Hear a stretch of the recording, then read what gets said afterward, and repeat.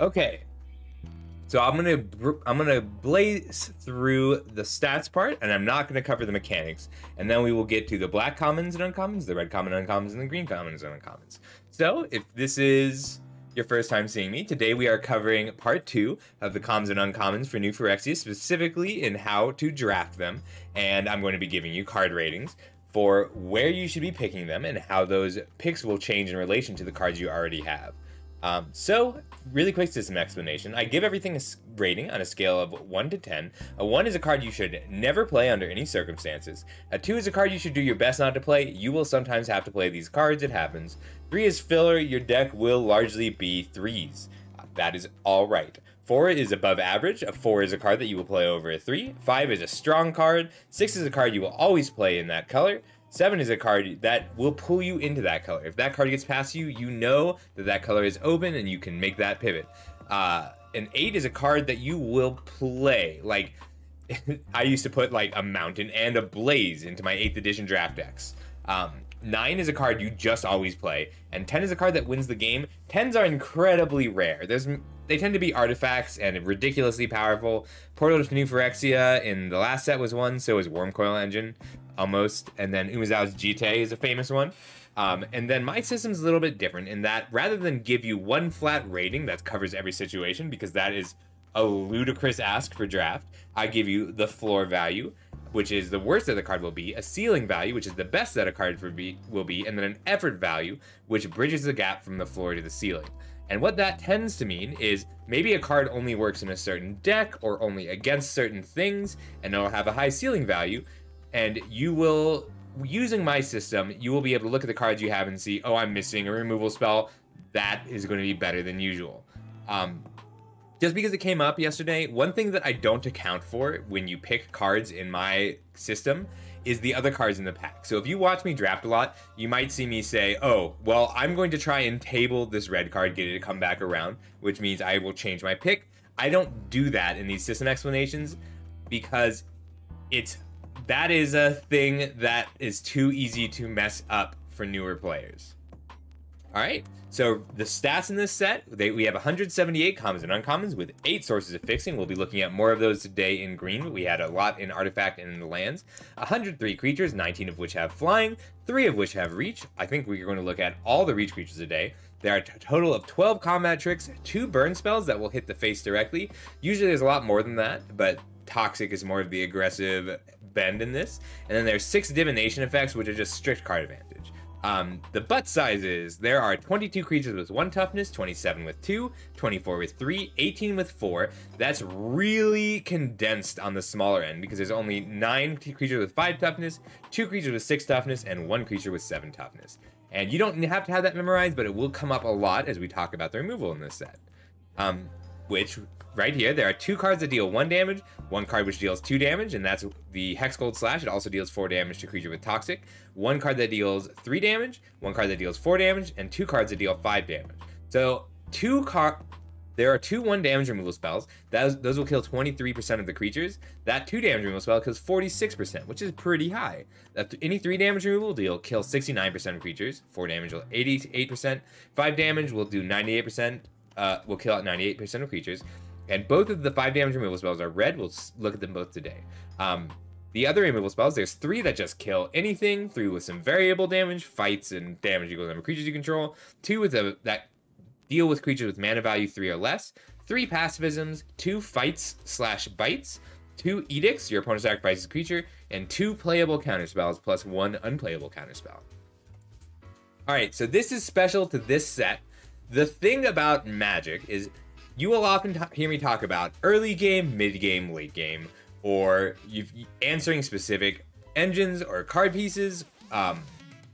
The thing that Poison does in All Will Be One is lock in the game stages. Because if you deal 18 damage to me and then I gain 20 life, then I am now stable. A lightning bolt off the top or a shock off the top won't just kill me. Or an excavation explosion, as you saw a lot in the last set. But with poison, if you deal 9 poison to me, that locks us into that game stage. So there's no way to remove poison, so the aggressive deck can deal 8 poison and then still top deck 2 proliferate spells to kill you. So the game stages end up being incredibly important in this set specifically. There are 4 major turning points that I'm going to be talking about a lot while we review these cards. The first is the first poison counter. That very first poison counter matters so much because none of the proliferate cards do anything to the other player unless they have that first poison counter. And the difference between 1 mana, give a creature -1/-1, proliferate if they have that first poison counter, and if they don't, is monumental. The second is Corrupted. There are cards with Corrupted in every color. Corrupted just says if your opponent has 3 or more poison counters, or if you have 3 or more poison counters, you get an additional effect. And those range from very small, like on Distorted Curiosity, 1 mana draw 2 is great, 3 mana draw 2 is just okay. But there are cards that don't do anything if your opponent isn't Corrupted, or that are unplayable if your opponent isn't Corrupted, meaning that you will both be fighting over getting the third poison counter onto each of you. The third stage of the game is what I call the engine. So sometimes it's an actual like game engine, something where you are paying lots of mana in to generate a continuous effect. I'll talk about, there's a few really cool cards in green that use the engine, but the more simple version is cards like Equipment. 5 mana to equip to give something Double Strike is a lot, but Double Strike is a big effect. So if you get to the stage of the game where you have time to move your Bladehold War Whips or other equipment around, or your lands that draw you cards, that's the engine stage of the game. And that's more the mid-game, and then we go to closing the game.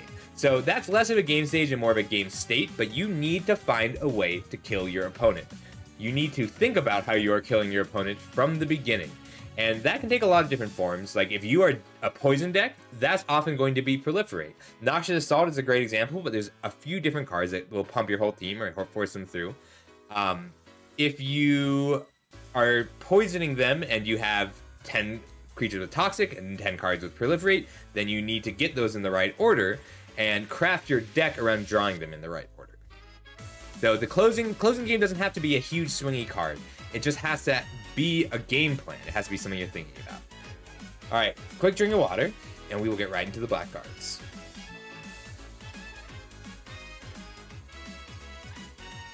Up first for the black cards, we have Ambulatory Edifice. So this is a really interesting card.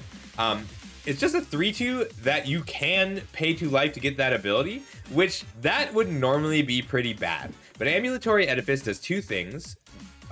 Is better for 2 major reasons in this format. So the first is, if there's more small creatures, even if you're just killing a mite, that's usually going to be worth 2 life. If their opponent is trying to kill you with damage, then Ambulatory Edifice, that 2 life is a huge liability. Even if they're trying to kill you with poison, you don't care so much. So you will often just have 3/1 flyers or 3/1 toxic 2 creatures to target with the Edifice for card advantage. And then it's a 3/2 body that trades off pretty well. The fact that it's an artifact creature is also relevant. More in the mid game, if you're attacking, you will frequently... There's a lot of cards in Magic that will say, destroy target creature that was dealt damage this turn, that are specifically designed to be played post-combat. So Ambulatory Edifice is a lot like those cards. Because if you attack your 2/2 into their 3/3, then your 2/2 dies, but then you get to use the second effect of Ambulatory Edifice to just kill a creature. It will almost always be worth a card and a half. But when it's only worth 1 card, then it's a 3-cost 3/2 and it blocks pretty well. I gave it a 4 with a floor of 3, so that floor of 3 is fine. It's actually probably got more of a floor of 2, but it's usually going to play... floor of 3 is fine, because it's usually going to... A 4 is when you get to kill something relevant and be left with a 3/2 body. More, a 3 is when you get to attack into something, and then get something else -1/-1. The card isn't going to, you know, win you the game, but it's a nice little piece of value, so medium effort, because you have to think about how you're playing it. Solid card. Oh, I should have mentioned this first. Black cards are nuts in this set. Black is the best color. The cards are flexible, even though they only fit into a few archetypes, and it's really cool. Annihilating Glare. So, I gave it a 4 with a floor of 3 and a ceiling of 5. So the ceiling on Annihilating Glare is a little weird. This card is weird in this format because you won't be using... It's a removal spell that you will rarely use to clear a blocker in the early game. But it's really useful for getting that third poison counter on Corrupted because you can play it on turn 5. And if you build around having things to sacrifice, it gets a lot better. And there are things to sacrifice because you're not locked in. You have options. You can sacrifice a creature or an artifact or pay 4 mana. So that's 3 different ways to pay the extra cost on Annihilating Glare. And sometimes you're going to need to play 2 spells in the same turn, and you can glare and play another spell. And sometimes you're just going to spend your whole turn killing 1 blocker. And that's fine. It's not great, but it's fine. And I like this card a lot. There's cards like Prophetic Prism, and there's 1-drops. Like, there's a 1 mana 1/1 toxic creature in white that dies into a 1 mana 1/1 toxic might. And you don't mind sacrificing those kinds of creatures to the glare. I think this is solid removal. The fact that it kills anything is pretty reasonable. And it gets better when you have more things to sacrifice. But you'll still play this as a 5 mana removal spell, not that happily, but you need removal. Knowing with Affliction. Now this is the better version of Annihilating Glare. First of all, it has its instant speed, so you will often get a 2-for-1 with this card. And that's because in the early game, you will frequently have to trade creatures. This card is useful for getting the first poison counter, because if you play a 1-drop with poison and they play a 1-drop with poison, or with, sorry, toxic, then you get to untap, clear their blocker, get in that first point of toxic. If you play it in the mid game, it helps enable Corrupted, or dodge a trick, because a lot of the times the game, if you're both toxic decks, then the game will play out that I play a toxic creature and you play a toxic creature and I play a toxic creature and you play a toxic creature and I attack you with my toxic creatures and you block with your toxic creatures and then try and pump one to win that combat. And I get to respawn with Anoint with Affliction. And it's a cheap, accessible 2-for-1, because I also get to bait out your removal spell or your pump spell and deal with it. It's good against combat tricks because it is itself a combat trick. But it scales well into the late game, because if I'm the Infect deck and I'm pushing through damage, then suddenly it's just 2 mana exile anything. In a format where exile is relevant, because there's recursion, there's recursive creatures. Card is really good. It is up there for best black common. Very cool. Up next we have Bilious Skulldweller. This is in the running for best 1 mana 1/1 with Death Touch ever, because your opponent doesn't really want to block this. So a lot of the decks are going to be trying to get Toxic in early, and they'll be playing lots of 1 mana 1/1 with Toxic, or 2 mana 2/2 with Toxic, or 2 mana 3/1 with Toxic, and so on. And Bilious Skulldweller plays that role early of getting that first poison counter in, or pushing through late through 2/2 and 3/3 blockers, because they don't want to trade their 2/2 and 3/3 blockers for Bilious Skulldweller. But if you top deck Bilious Skulldweller in the very late game, if your opponent manages to stabilize, it's still a good card because it's still a 1-for-1. Being a 1/1 Death Touch is solid. There's not a lot of ways to just cleanly kill this that your opponent will want to do. And if you are drawing a lot of cards, which the Corrupted deck will end up drawing a lot of cards, you get to play the Bilious Skulldweller and another spell at the same time. It's a lot like Fang of Shigeki out of Neon Dynasty in terms of power level, because you will frequently be able to pick this up in another card and play them in the same turn. This is up there for best toxic creature. So I gave it that floor of a 4. That's if you're not a toxic deck. That's if you're just a mid-range or control deck that wants a 1/1 Death Toucher to hold against other toxic creatures. And that ceiling of a 7 is when you are using it to get the first poison counter in, and then proliferating it up to 3, and then also trading it off in the late game. Fantastic uncommon. Yeah, I think I would too, Ears. It's really good. Hey Lennon, how you doing? You got here just in time. We are just on the bees in black. This is up there for best uncommon, but black has a lot of competition for best common or uncommon. There's just the power level is so high. All right, up next we have Blightbelly Rat. So this card is very strong. More than most of the other toxic creatures, this one really wants to hit. So if you're on the play and you play the Blightbelly Rat, it gets in for Toxic 1, and then your opponent has a removal spell, and then you trade off, then it proliferates and puts another poison counter on them. And that ends up adding up pretty quick. It's also solid in most of what the black deck wants to do, because if you are blue black or white black, you're really pushing for Corrupted, and this gets you 2/3 of the way there. Blue has more proliferate, and the red deck is all oil. It doesn't go quite as well into the green deck, but it's still solid. This is black's premier common 2-drop. Like, you will be trying to fill your deck with as many of these as you can, and it still does something late as long as you have other ways to punch through poison. You do want to plan, so I gave it an effort value of medium, because it's usually going to play at that 4 level, but if you're the kind of deck that puts down the Blightbelly Rat on turn 2 and with lots of removal to force through the attacks later on, it gets a lot stronger. Bone Picker Scourge. How is it? We are at the point in Magic where just Windrake is not good enough. So this card is great if you can get it Death Touch and Lifelink, and if you can't, it's just Windrake. I have issue with a lot of the corrupted creatures that do not also have Toxic. So this, I only gave it a 3 because it's going to be really hard to find room for. The decks that want this card are the decks that are going to be dealing a lot of poison early, and this is not enough of a corrupted payoff to justify it not having Toxic. It is still a solid card. Like, if you can reliably, you will run this in your 3 slot when you don't have other 3s, and if you can reliably put 3 poison counters on the opposing player, then to Death Touch, Lifelink, Flyer, like, build your own Nighthawk. It's really strong. But it's not something you pick first. You need to already have lots of ways to get poison onto your opponent before the Bone Picker Scourge is strong. And then you need to have a deck that isn't trying to win with poison, but is trying to win with damage. Or if you just want to play it as a defensive blocker, it's still fine because it'll usually trade with something, gain 2 life. It's solid, but you won't be picking it that high. Hey Diva, hey Troy, how's it going? Yes, it is worse Nighthawk with extra steps, Troy. That's a really good way to think of it. But if you can turn it into a Nighthawk without sacrificing anything else in your deck, then it's good. It's just awkward having something that doesn't make poison in your poison deck. That's exactly right. Oh, I like that emo, Troy. Alright, up next we have Chittering Skitterling. What a name! What a name for a card! This is one of my favorite cards in the set, even though I have a thing about eyes and I find this very gross. It's so good. So out of 3 this is one of those cards. Don't play this unless you can turn on Corrupted. Don't play this unless you're good at turning on Corrupted. If you have Corrupted, this becomes one of the best cards in this set very quickly, but you need both to be Corrupted and have things to eat with the Chittering Skitterling. It's been so long since we just had free sacrifice effects, but it's not activate only once each turn at sorcery speed. You get to use this once on your opponent's turn and once on your own turn. Like, this is Morbid Opportunist with reasonable steps attached to it. If this turns on, if you have this on fast enough, then it'll play like Morbid Opportunist. It's real, and it can sacrifice itself.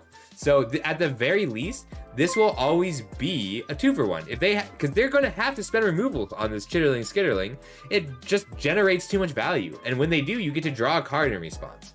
But it's just so much card advantage on a good blocker. Like, I would still play this card if it were a 0-1. Just nuts. Thank you so much for the follow, King Dark. It is a better name than Chitter Spitter just on number of syllables, ears. It's a Chittering Skitterling. It does bother me that it's not powered up by Chitter Spitter, but on the other hand, you can eat the tokens Chitter Spitter makes to draw 2 cards every turn for the rest of the game. So I gave it a floor of 4, and that's just if you're a 1/4 with a chance of turning it on. You really don't play this card unless you are Corrupted, but this is one of the best payoffs for Corrupted in the set, and that includes the rares. All the way up to 7. I'm skipping this song, even though I like it. It's just not the mood.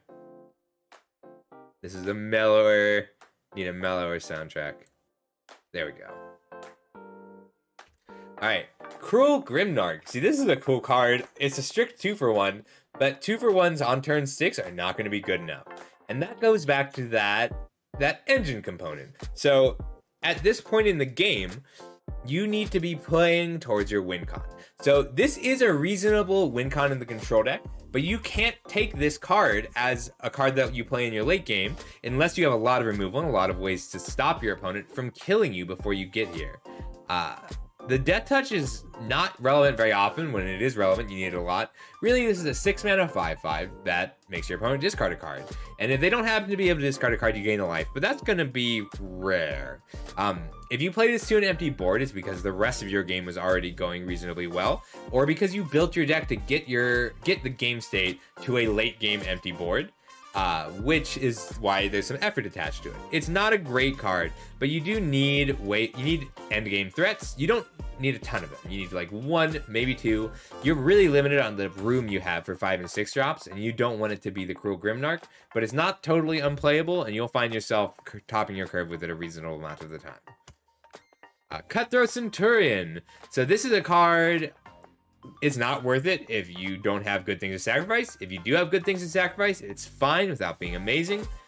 There are reasonable sacrifice decks that you can put together, and there are enough bodies to sacrifice that you will occasionally get to play this card and have it perform pretty well. There are also cards that care about it being an artifact creature, so it's good in those situations, and the decks that care about this being an artifact creature are also the decks that run things that die to generate mites or play multiple bodies when they come in. But it's not the first card you pick in those. It's reasonable. It'll get to attack for free a lot just as a 2/2, but it attacks for damage instead of poison. So it's something that's a liability in this format, and you will still get to play it. Drown and Ichor, another contender for best uncommon, is got a 6 because it gives a creature -4/-4 for 2 mana. It'll kill just about anything, I think literally anything in the set that is 2 mana, and almost anything that is 3 mana. It might be every single thing in the set that's 3 mana. So it tends to kill just about everything. If we look back at our stats page, it kills 69% of all creatures in the set, just flat out. And if you can get it to proliferate, then it's a 7. It's really cool. Yeah, this is like a first pick removal spell. It's also pretty easy to splash. So like you can run this in your white-blue deck without too much issue. Like this is a card that's worth splashing. So we were talking on Twitter about the art color pie in this set. So like black, all of the cards have winding lines spiraling out of a central figure. And this is like a really cool example of that. But they all have these curved lines leading away from whatever the central figure is. A lot of it is this lattice work, but more of that's on blue. It's really pretty cool. And it's pretty consistent too. There are exceptions, like this guy does not have, well, he still has some. The people who are being attacked frequently don't have them. But even when it's not part of the central figure, they still have these curved lines leading out. The art in this set is really good. Implied line! Thanks, Dragon Jack. Dragon Jack taught me what an implied line was. Alright, Duress. So I gave this a 2 with a floor of a 2, ceiling of 5. That's because when this card is good, it's really good. And it's also useful if we're talking about how these games are likely to play out. So in a toxic environment, which this is going to be a toxic environment, if you are the toxic deck, and if you have a 1-cost 1 with toxic and a 2-cost 2/2 with toxic, your opponent has 2 different strategies to counteract that. And the first is play a 1/1 with or without toxic, play a 2/2 with or without toxic. Duress doesn't do anything to those strategies at all. If your opponent is playing Drown and Ichors and Anoint with Afflictions, then Duress is really good. Then you get to replace your 1-mana toxic creatures with a Duress, and then play your 2/2 toxic creature and be safe in the attack because you know that they don't have the removal spell to deal with it. So keep an eye on it for the sideboard and run it if you don't have other options. So like if you pivot into black late, you can still run Duress and gamble that your opponent is trying the removal strategy and not the creature strategy. It's not as good as it would be in like Strixhaven or Neon Dynasty. Like Spell Pierce is pretty good in Neon Dynasty because Spell Pierce would often hit the creature equivalents in the form of sagas. Duress does not do that.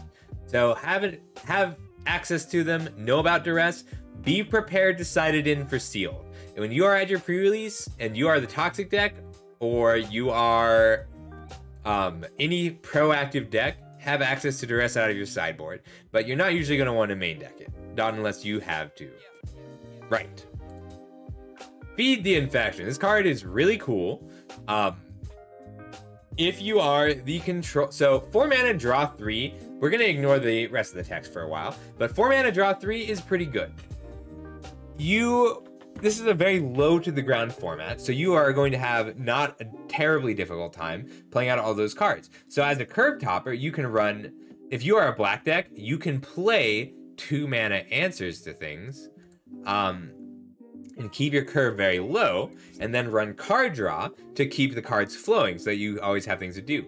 And it's totally reasonable to play a Feed the Infection and Bilious Skull Dweller in the same turn on turn 5, so you don't lose too much tempo. The loss of life would normally be a much bigger problem for the control decks, because your opponent would be very aggressively trying to kill you, and the existence of Toxic means that they're going to be doing it with damage a little bit less. So it's just slightly less of a liability than usual. 3 cards is worth 3 life often. And the fact the corrupted bit is gravy. Although this does just tend to play well into decks that will be corrupting the opponent aggressively. If you are a blue-black control deck, you do have other options for divination. So you don't need it quite as much. It's just something you have to think about. It's also, like, making your opponent lose 3 life is relevant if you're an aggressor and you play Feed the Infection. When you're an aggressive deck, normally drawing cards means taking a turn off of dealing damage to your opponent, and Feed the Infection solves that problem. It's a strong card. I wouldn't pick it too high, but it's a good idea to have access to card advantage in your deck, so I gave it a 4. The floor of this card is a 2 because it doesn't go into any deck, but you can pick it early and build around it, and you can pick it late for a lot of decks, just not every deck. Fleshless Gladiator. I love this card, except the fact that it has no flesh. We see this effect a lot. This 3 mana, pick it up. You do need it to be corrupted, but you need to be a deck that can corrupt the opponent, and this is not something that is itself toxic. But if you are the corrupted deck, then it just keeps coming back. And there's lots of sacrifice synergies that go with the Fleshless Gladiator, because this doesn't limit you to once per turn. That means that you can attack with the Cutthroat Centurion, sack it, give it +2/+2, pass, end step, return it to play, sack it to give it +2/+2, and then return it to play a second time in the same turn.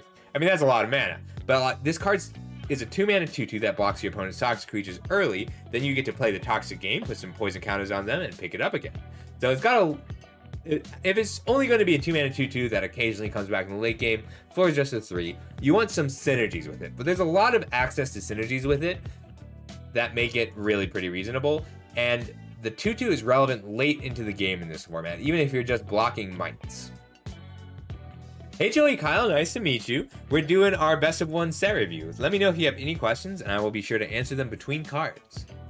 Up next, we have Gulping Scrap Trap. Really cool card, utterly terrifying. There's these monsters in Dark Souls 1 that it reminds me of, and it bothers me. So I gave this card a 3 with a floor of 2 and a ceiling of 5, and it's a medium amount of effort. The thing about the Scrap Trap is a 5 mana 4/4 is bad. So you need to make sure you're getting something out of both the Enters the Battlefield and Dies Proliferate triggers. It is very hard to get something out of the Dies Proliferate triggers, because if you have the Scrap Trap in play, your opponents are going to look at your board and say, oh, I don't want to proliferate your Planeswalker, or oh, I don't want to give you an extra oil counter. So it's best if you are poisoning your opponent.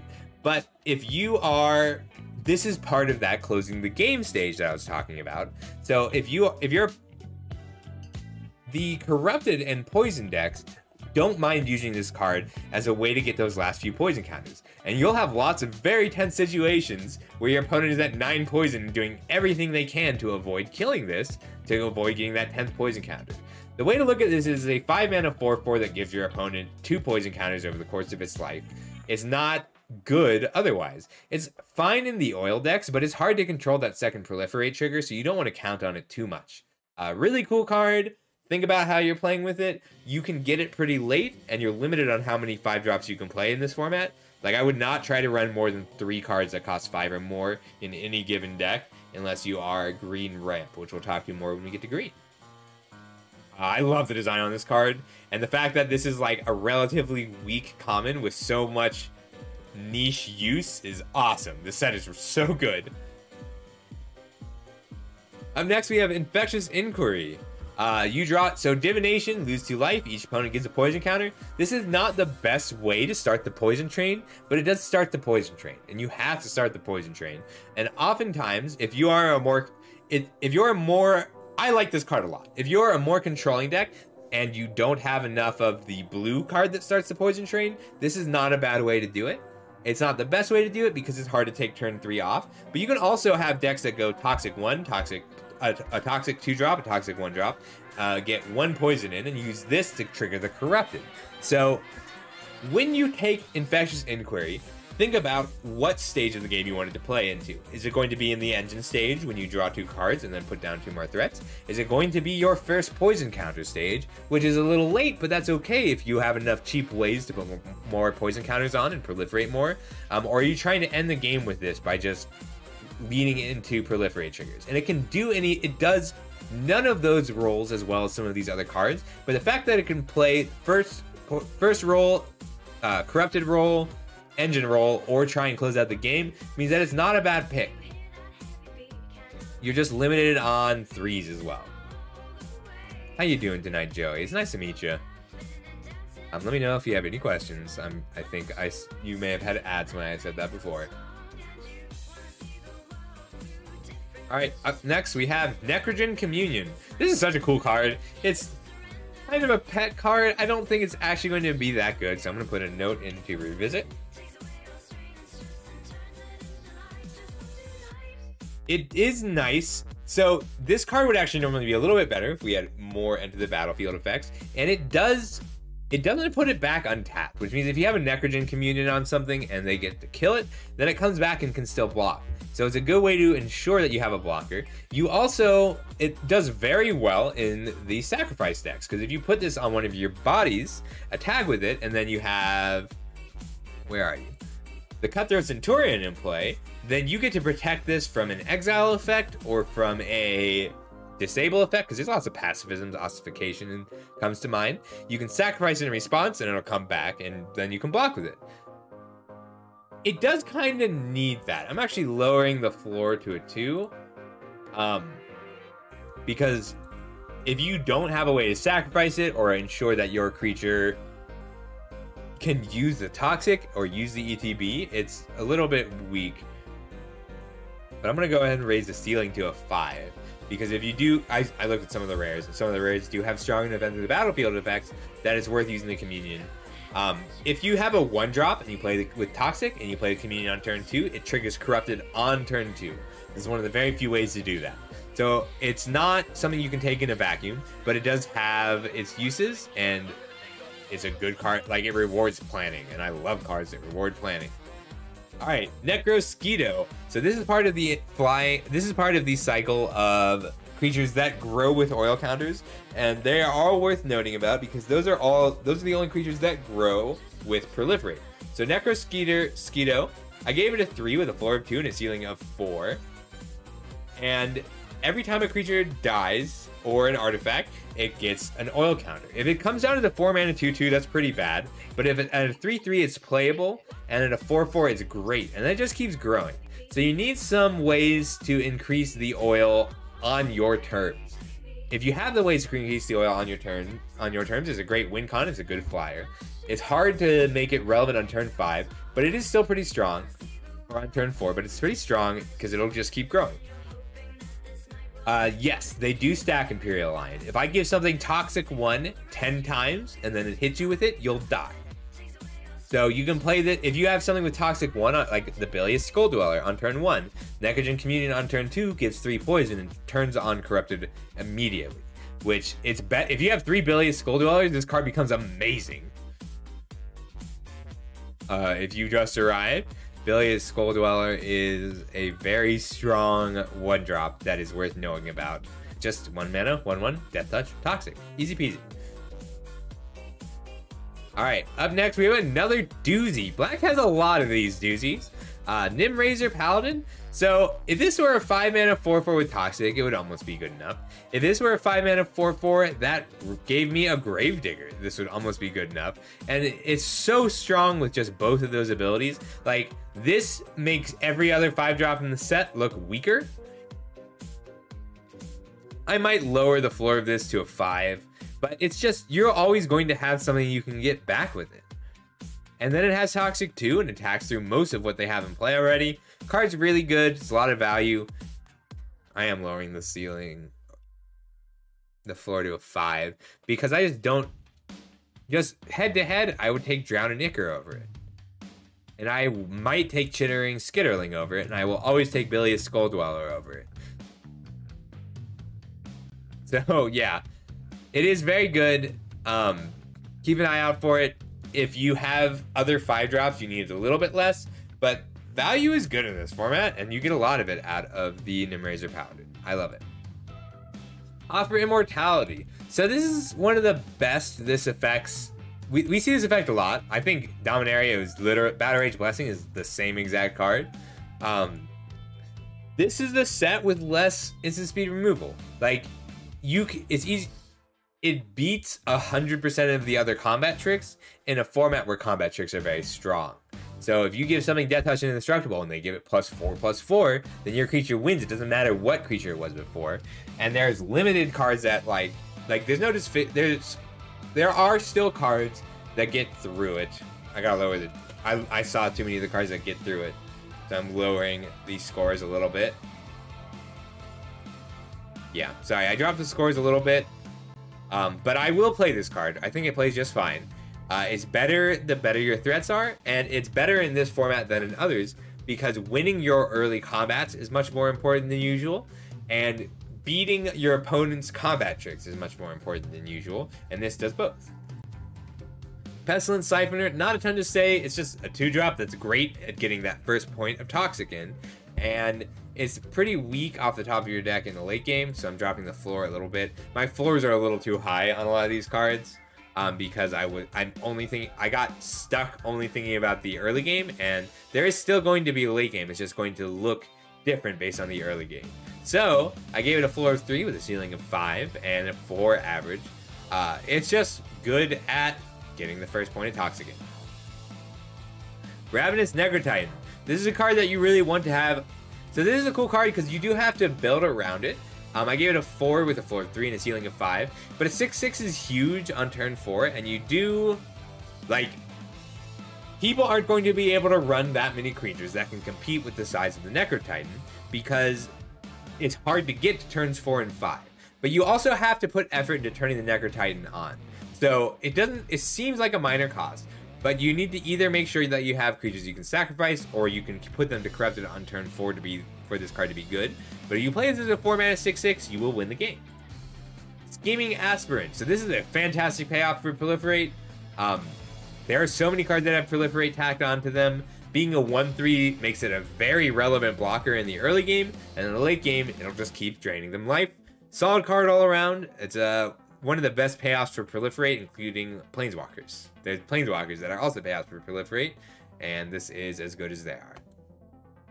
Shoulder's Edict. Edicts are a little bit weak in this format. This card gets great if your opponent has a Planeswalker. It gets great if you have enough card draw, but there aren't a ton of tokens that are worth making your opponent sacrifice, and there are lots of creatures that your opponent wants to die. On turn 2, the card is solid.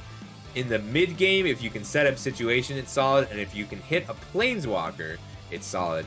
But it's not good enough on its own compared to the other removal because there are so many. Giving your opponent choices in this format is bad. Still solid, you'll still play it, but you will not play it over most of the other removal. Shoulders Headcleaver. So this is a good curb topper for the Toxic deck. Having Menace and Toxic 2 is nice. Generally, you should assume that Menace will play out so your opponent blocks with 2/2/2 creatures. And that's why a 2/5 with Menace does tend to be better than a 2/4 with Menace. If your opponent has 2 bodies, they'll be able to block the Headcleaver, but it still will get some damage in. This does not help much with the Corrupted stage of the game. It does help close a game out, especially if you have a lot of instant speed removal and combat tricks. Menace is inherently stronger with instant speed removal and combat tricks because you can turn it into a 2-for-1 when your opponent is blocking with 2 creatures. So if you take Headcleavers, be sure to keep an eye out for those tricks. And Headcleaver gets better when you already have a bunch of those tricks. A Hive Master. So this card plays a lot like the Headcleaver, but it dies into a Might. Dying into a Might is a great mechanic. It's good for a lot of the cards in this set that want to create. There's lots of sacrifice synergies with the Hive Master. There's lots of toxic synergies with the Hive Master. And the fact that it makes a Might is relevant to a lot of cards that care about artifacts in play or artifacts coming into play. Solid card, one of the better 3-drops with Toxic. Great for the Toxic deck, great for the Artifact deck, great for the Sacrifice deck. Testament Bearer. Card's fine. You will usually get to make this card a 2-for-1, but you won't get to choose the one of them. Weirdly, it's statted like a 4-1, but this is not an offensive card. Treat this like a defensive card.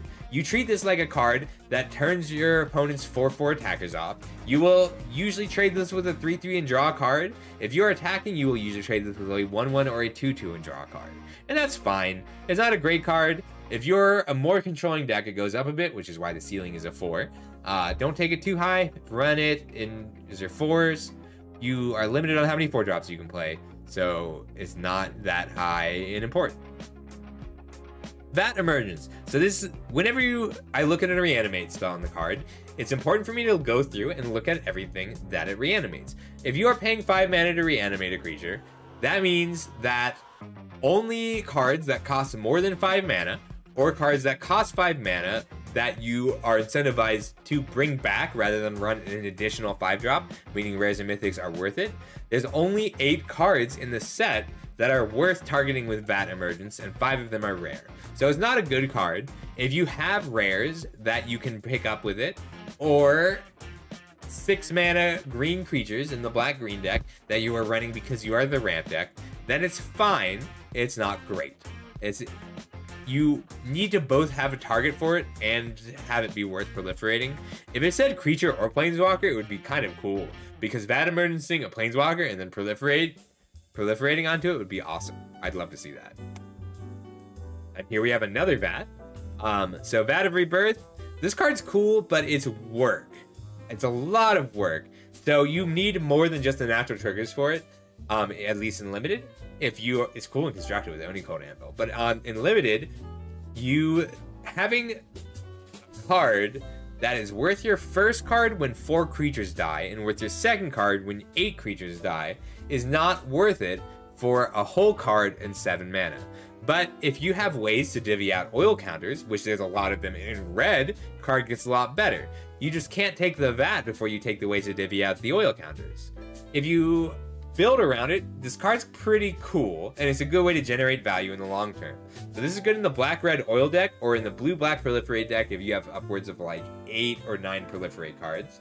But you can't rely on natural creatures. I don't think it's actually possible without rares to get enough creatures dying to trigger this naturally. If there's a rare that I haven't seen that makes 4 bodies when it comes into play, speak up. I don't think there is. Cool card. I love the design of it. I love these build around uncommons that need a lot of work to be good, but the payoff's there if you can make it good, if you can get oil onto it. Vraska's Fall. So this is same problems as the other Edict. You don't want to give your opponent options, and this one gives your opponent even more options because you don't get to choose non-token and you don't get to choose Planeswalker. It is a bad way to put the first poison counter on them, but sometimes you will still play it because you need a way to put the first poison counter on them. It's good if you have a lot of ways to draw cards, but if you have enough ways to draw cards to make the Vraska's Fall good, your deck's pretty bad. So be careful. I know. Where's Dusa? Dusa's around. Dusa's the Gorgon VTuber nostalgia or years that you might like. Sorry, I said nostalgia because I saw the frog. All right, last card in black. This card is really cool, plays very well. I think this is the only, let me do a quick check, because I think it is the only instant speed way to proliferate for 1 mana in 1.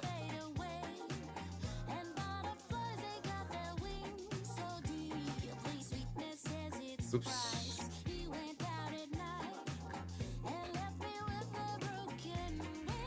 Alright, and then mana value ascending. Yep, it is the only instant speed way to proliferate for 1 mana. So this card is solid because it wins you a combat. Like, this is a combat trick, but it's a combat trick that also puts oil counters on everybody and puts poison counters on your opponent. So you'll have lots of situations where you play a 1 mana 1/1 with Toxic, get that first poison counter in, and then you're like, then your opponent will play a 2/1 or a 2/2, and you get to win the combat with your 2/2, triggering Corrupted, or clear a blocker and trigger Corrupted.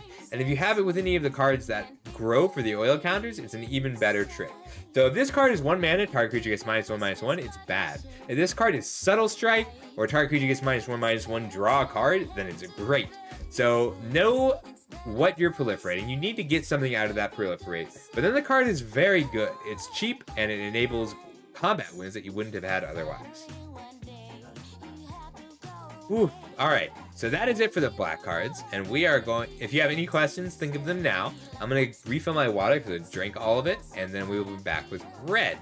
So, be right back.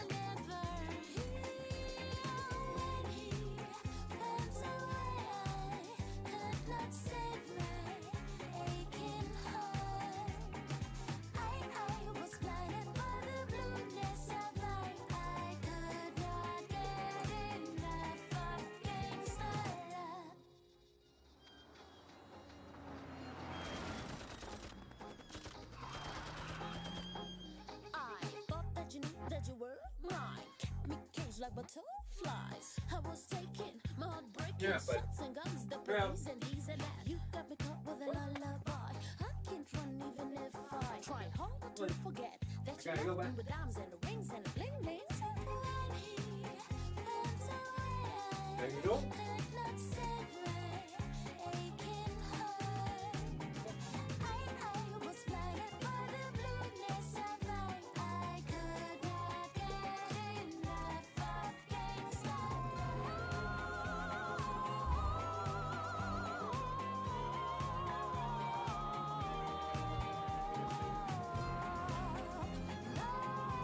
Okay, we're back. Let's do red. So up first we have Awaken the Sleeper. This is the quintessential Threaten of the format. It is a lot weaker than the other Threatens from the past few sets we've seen. It's relevant in that there are equipment that are worth destroying. It's still not great. So it's a reasonable removal spell if you want to be the Steel and Sack deck. And the Steel and Sack deck is a little bit awkward because it's non-toxic. So you'll end up playing the Steel and Sack deck is what you make when other things aren't working out. So if you pick up like late Cutthroat Centaurions because you had to pivot or your colors got cut, then you can turn for Awaken the Sleeper, attack with both, and then eat the creature. It's reasonable removal, and you might even get an equipment out of the deal. It's not the best card, but you will play it sometimes when you don't have access to other removal. I'll splash it in a desperate situation. The creatures in this set, so like in the Brothers War, you would see me a lot playing Sibling Rivalry to make a Power Stone, steal a creature, and then eat the creature. But that's because the creatures in Brothers War were huge and ludicrous and frequently would win the game on their own, and getting to take them with Sibling Rivalry was awesome. That's not the same in this set. There are creatures that you want to take because they'll die into tokens, but in general, the creatures are so much smaller that Threaten is going to be inherently weaker. The stealing and sacking is also going to be inherently weaker. It's still a reasonable strategy, but it's going to be really hard to get to come together with Awaken the Sleeper. Oh no! That's so sad! Wait, did Koth get completed? I thought Koth survived.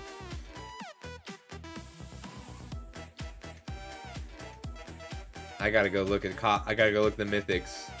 Alright, Axiom Engraver. So it's a 2-cost 1/3, and we've seen a lot lately with cards like... I thought so. I don't know who that is. Just some Mirren guy. So, we've seen a lot lately the power of cards like Fissure Wizard, just 2/1s, relevant bodies that loot or rummage 1. Scrapwork Mutt was a little bit better. So this card is good because it blocks early, and you need 2-drops. You need to be able to block the toxic creatures early on to prevent that first poison counter. The fact that it only rummages twice is a liability, but it's fine. What you want for this card is cards in this set care about number of cards with oil counters on them. So if you have those cards, the Axiom Engraver gets a little bit better. And this isn't the strongest 2-drop, it's reasonable filler, but you will play it a reasonable amount of the time. That makes sense, ears. Bard Batterfist. So this card is pretty cool. It puts 2 permanents in. So it's a 2-mana 3/1, which is almost good enough on its own. Tends to trade up, leaves irrelevant equipment behind, and it is 2 permanents. So like it's a 2-mana 3/1, but it comes in the form of 2 permanents, and that's very relevant in a set where black-red wants to sacrifice artifacts. Blue and white both want artifacts in play. White and red both care about equipment. So this card is a lot better than it looks at first glance, and I had to go through the entire rest of the set to realize that. But even if you're just making a 2/2 with the Bard Batterfist, and then moving the Batterfist over on something that's harder to deal with or that you care less about, it's gonna do some work. It's best in the equipment deck, but I'll just take this as a reasonable 2-drop out of red, and it has something to do with every other color combination. Even if just in red, there's a card we'll get to soon that puts oil counters on different permanents, and then lots of cards that care about number of permanents with oil counters on them. So if you can put oil counters on this and the token, that is 2 permanents with oil counters on them that it cares about. Deceptively Strong, the Batterfist, one of the better red combos. Bladegraft Aspirant. This is a 3-mana 2/3 with Menace, which is not great. It's solid in the equipment deck, but the equipment deck is woefully low on payoff for having equipment. It stacks pretty well if you can get 3 of them, because it is nice throwing a couple of, like, bringing this down to a 1-mana 3/1 is pretty nice, and then equipping it for free. So like a turn 3 Bladegraft Aspirant, and then a turn 4 different 3-drop, plus a Bard Batterfist lets you still move the Batterfist over to the Aspirant and attack with the 3/2 Menace. It's solid. It's not the best 3, but it's good in the equip deck. So one thing you'll see as we go through the red commons in general, Barbed Butterfist. That's fair. It looks like a Barbed Butterfist. It looks like he stuck his fist into butter and then put barbs on it. One thing you'll find a lot with the red cards is they are split between archetypes. So the red cards really want to be the equipment deck or the oil deck or the aggressive deck. And the cards don't bleed that well, which means that in general, the red cards have a lot more disparity between the floor and the ceiling because it's bad in general, but good in its archetypical deck. Blazing Crescendo. Equip is an activated ability, Joey. It is something that you have to take time to activate. And oh, they give us the equip text in the reminder text. 1: is the cost to equip, and it's only as a sorcery. Blazing Crescendo. So I talked a lot about how combat tricks are more important in this set than they would be, and this one on turn 2 is a pretty terrible but fine combat trick. It deals a lot more damage rather than letting your creature survive, but getting to draw a card effectively is really nice. So if you're a deck that curves out at 3, even if you have a 1-drop and you Blazing Crescendo, you have until the end of your next turn to play that. So as long as you curve out at 3, you will always, this will be target creature gets +3/+1 and draws a card. The only downside is your opponent gets to see it and you can whiff it, but it's harder to like, there's no Tyrant of Care Ridges that you can accidentally hit in your aggressive deck off Blazing Crescendo. Did it used to have Poison Edge's Ears? I am not bothered by the set symbol.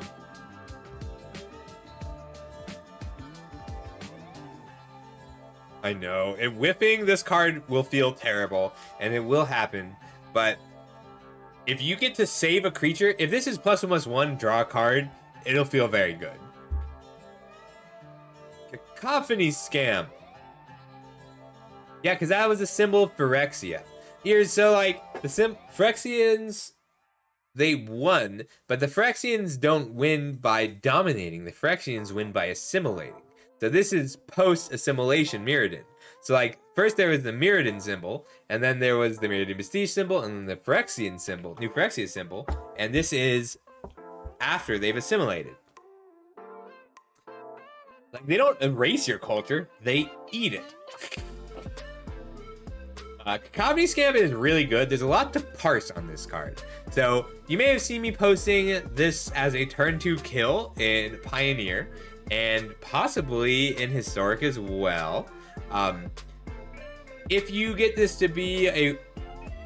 This is good at most stages of the game in red deck specifically, because if you are playing against a toxic deck and they go Bilious Skull Dweller and on turn 1, and then on turn 2 they play a 2/1, then suddenly your Cacophony Scamp for 1 mana kills both of their creatures, because you get to block one creature, shoot the other one when it dies. If you're on the offensive, then you get to it's a may. You don't have to sacrifice a Cacophony Scamp when it hits them, but the option of sacrificing it means you can always hit for an extra damage and also proliferate. And red is full of cards. Red once has fewer proliferate triggers and wants to proliferate the most because of the oil counters it gets on things. If you can make it bigger, it deals more damage, which means like green has Titanic Growth. If I play a Cacophony Scamp on turn 1 and then attack with it and then Titanic Growth it to make it a 5/5, it'll hit the opponent for 5 and then you sacrifice it and then you deal 5 more damage. That's 10 damage on turn 2. This card is really strong and it doesn't look like it at a glance. The floor of this card is a 1/1 that trades with a 2/2 and that's still pretty good. Chimney Rabble. I actually jumped around a lot on this card. A 4-mana 3/3, a 4-mana 4/4 spread across 2 bodies is good in this format. That's what it comes down to. There are so many uses for that 1/1, even if you're just blocking. Like, chump blockers matter a lot in this format. Being able to control how much poison you have, chump blocking toxic creatures, chump blocking 3/1s, all very relevant. The fact that you get 2 bodies for 1 card is really important, and this is one of the few cards that gives you 2 bodies for 1 card that can both block, because there's lots of cards that'll give you like 3 mites that can't block. The fact that you can block a might and you're not committed to offense with that 1/1 is really nice. And even if you're a more aggressive deck, you can play this as a 4-mana 3/3, attack for 3, and use that 1/1 to block. I like this card a lot, and I'll be playing it a lot. I gave it a 4 with a floor of 3 and a ceiling of 5. And that ceiling of 5 is just if you have uses for that 1/1 token. So if you're every deck has uses for the token, because black-red can sacrifice it. Blue-red can use more oil. They can put oil on multiple units. And I guess not every deck has use for it because it's not an artifact. But it's nice having 2 bodies on 1 card. Turning Reservoir. So this is one of the great oil enablers. It doesn't do anything on its own. But getting a free oil, it's one of the few cards that puts oil counters on other permanents, and playing it early in the game lets you divvy out oil counters, and then you get to make lots of goblins. If you have 1 card that can remove an oil counter to do a thing, for instance, discard a card and draw a card, then now this makes a goblin every turn for 2 mana. Making a goblin every turn for 2 mana is really strong. Lots of cards get better with just a few more oil counters or having themselves sped up a little bit. You had me even today, we've looked at cards that I've said, make sure you have other ways to put oil counters on something. But it doesn't do anything in a vacuum. So you can first pick this card if you want to force the oil deck, or if you're in the oil deck, you will be looking for as many of these cards as possible. When I say that red cards are very archetypical, you want different cards for different archetypes. This is the kind of card I'm talking about. So you might not get a late game Hexcold Slash, but a pack 3 Hexcold Slash, but if you get a pack 3 Churning Reservoir, that means that you are the only oil player at the table, and that's a good place to be. Cool card.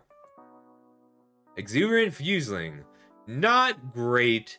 It has a place in the oil deck as a 1-drop with oil counters on it, and growing with oil would be nice. If it got +1/+1 for each oil counter on it, would be a lot better. It's gonna get like 1 big hit in. It's like, I don't know, Dragon Spark Reactor, in that it's a lot of work for 1 big hit that your opponent can easily deal with.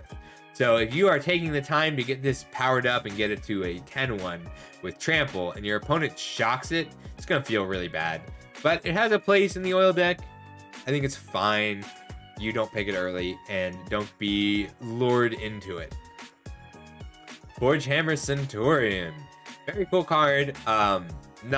It's again part of the oil deck. If you are playing this as a 3-mana 3/2, you're not too happy, but you'll still play it. I'm trying to remember what this card does. If you're very aggressive,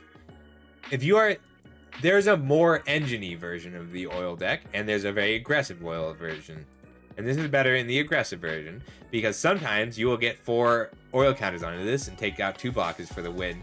But unlike this effect traditionally, you don't get to play it off the top or late game. You don't get to hold this as a surprise. To surprise take out a blocker for the win.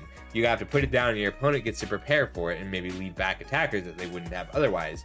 On the other hand, you can force your opponent to lead back attackers that they wouldn't have otherwise. I love the design of this card. It's just not that strong. But it's a 3. You'll play it. Free from Flesh. It's really good with Forge Hammer Centurion.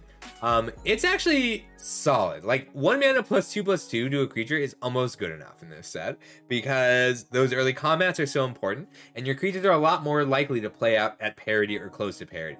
You're a lot more likely to have 2/2s on your opposing 2/2s than like Brothers War, where you would have a 3 mana 3/3 and your opponent would have a 5 mana 3/4 and a 1 mana 1/1, and those creatures match up poorly. Free from Flesh is a lot more likely to be 2/2 and a 3/3 versus a 2/2 and a 3/3, and so that +2/+2 is a lot more likely to win a combat. You do want to try and have ways to use the oil counters, but there's lots of creatures that will suddenly get a big boost from 2 oil counters. We just looked at 2 in a row. In white, there's a 3/1 that's indestructible for removing an oil counter. The card's great with that card. Oil counters are going to be really hard to play with in paper and really cool online. I love them. I think it's a great mechanic, but it's also play around this card. Like, you don't need, compared to the Centurion or the Fuseling or the Churning Reservoir, you don't need a ton of cards that use oil for Free from Flesh to be good. You just need a few. It's just going to be hard to track oil counters in paper. Yeah, oil. I mean, literally in paper, Lion. Like, literally in paper, you're going to have situations where you're the oil deck and you have 6 cards with oil on them, and you proliferate onto 6 cards, and you proliferate again, but you don't want to pass 4 oil counters on a card, so you proliferate onto only 5 of them, and then you realize that you forgot to put the poison counter on your opponent when you proliferated, and then your permanent dies, and you dump all the dice off of it. But online, it just tracks all of that for you, and that's really cool. Furnace Punisher. This card is a vanilla 3/3 with Menace. You will never have a situation where that line of text that deals 2 damage, unless they control 2 or more basic lands, is relevant. But a 3 mana 3/3 with Menace is fine. Like, you will play it. It's not great. You will play like it's pretty good. A 3 mana 3/3 with Menace is just a good on rate creature. But it's, you know, not interesting. Furnace Strider. This is a cool card. It's limited in that you can only have a few cards in this at this mana value, but it is a 5 mana 4/5 with haste that gets to keep an oil counter afterwards, and you can use that to give something else an oil counter a little bit later. Cool card, kind of filler, not great, but you'll play it. Right. Yeah, they come on and off a lot, Lion, and they're going to be a nightmare to track in paper. It'll be really fun to track them in paper once or twice, and then it'll get old.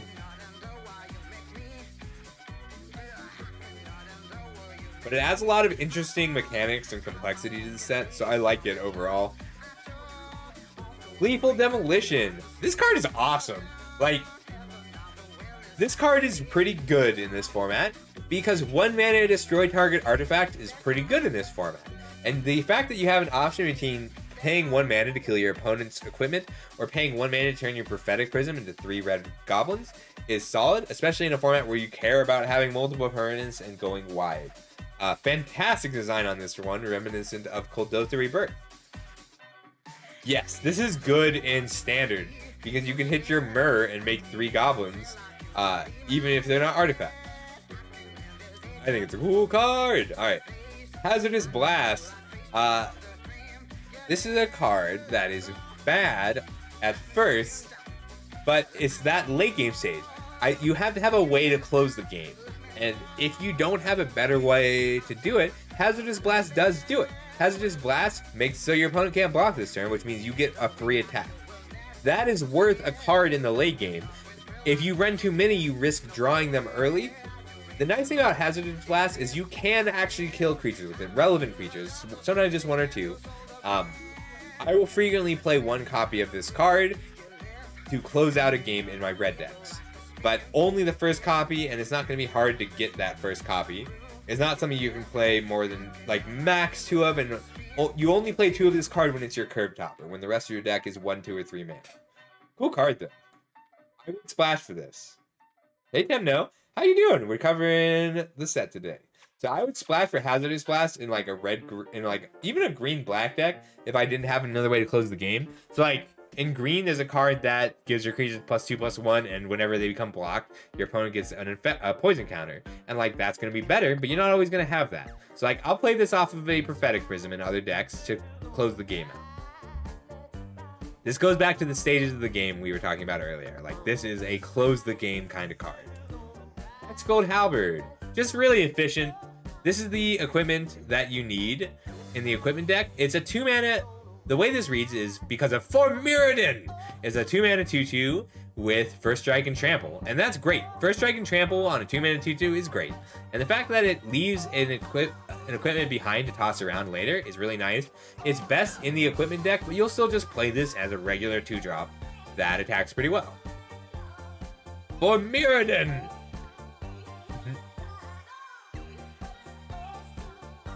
See, but Temno, you might really like this set because you can't control the opponent to death in this set because poison is non-reversible. Once you start getting poisoned, there's no way to stop being poisoned. Alright, up next is Hexgold Slash. So this card, so red color pie really quick, is all very straight lines. It's all straight implied lines.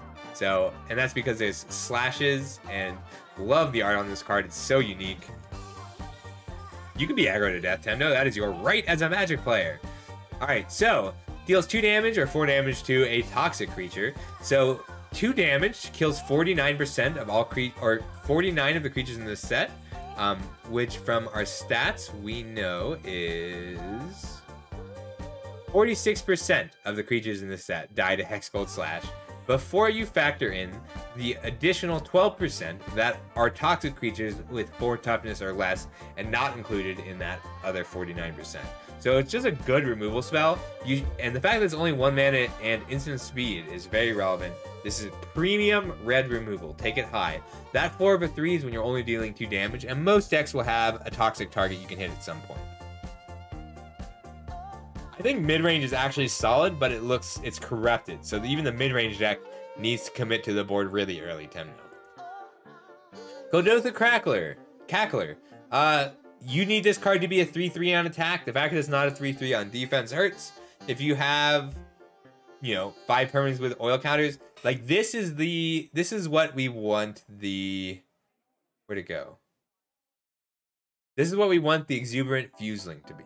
This is how you close a game in the red oil deck when you have a whole bunch of permanents with red oil.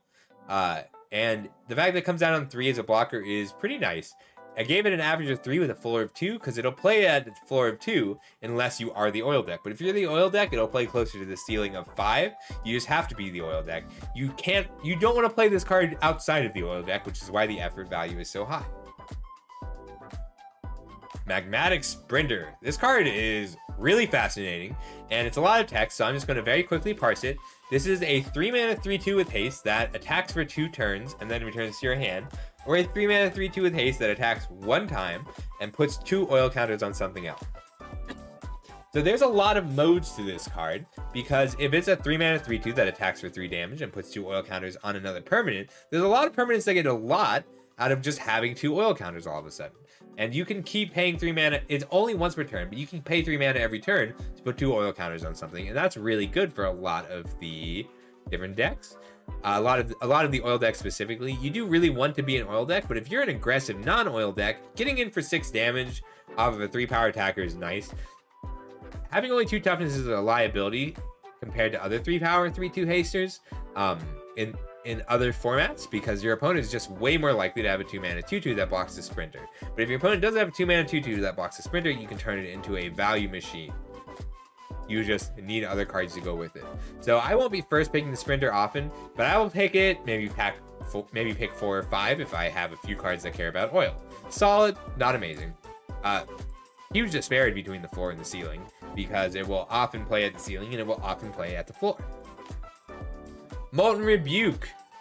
It's playable. It's not the removal you want, but you do need removal. And the nice thing about red is you will often have turn 5 available, because you'll go 2-drop, 3-drop, 4-drop, Molten Rebuke, or 2-drop, 3-drop, 4-drop, 5-drop, Molten Rebuke. You are just clearing a blocker, and sometimes you'll get to outright kill a planeswalker. Like, you have to have a certain amount of removal in your deck And Moment Rebuke is the worst one, but you'll play it. Right? Straight lines.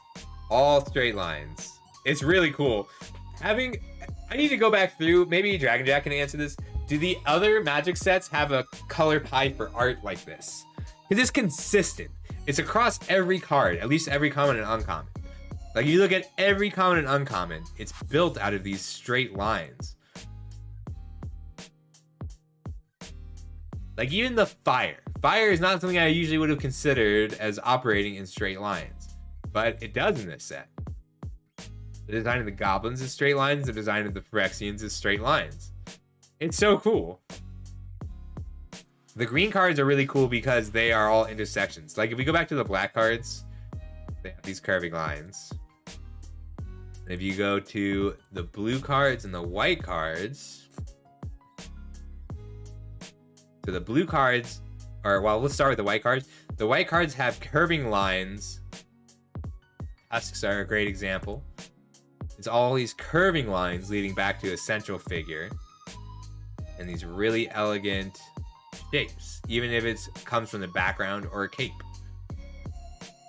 Or the legs on the mites. Or wings. Or tusks. Or, sorry, I'm getting really distracted. Blue has much more chaotic lines. Across all the art. Tentacles. And winding from point.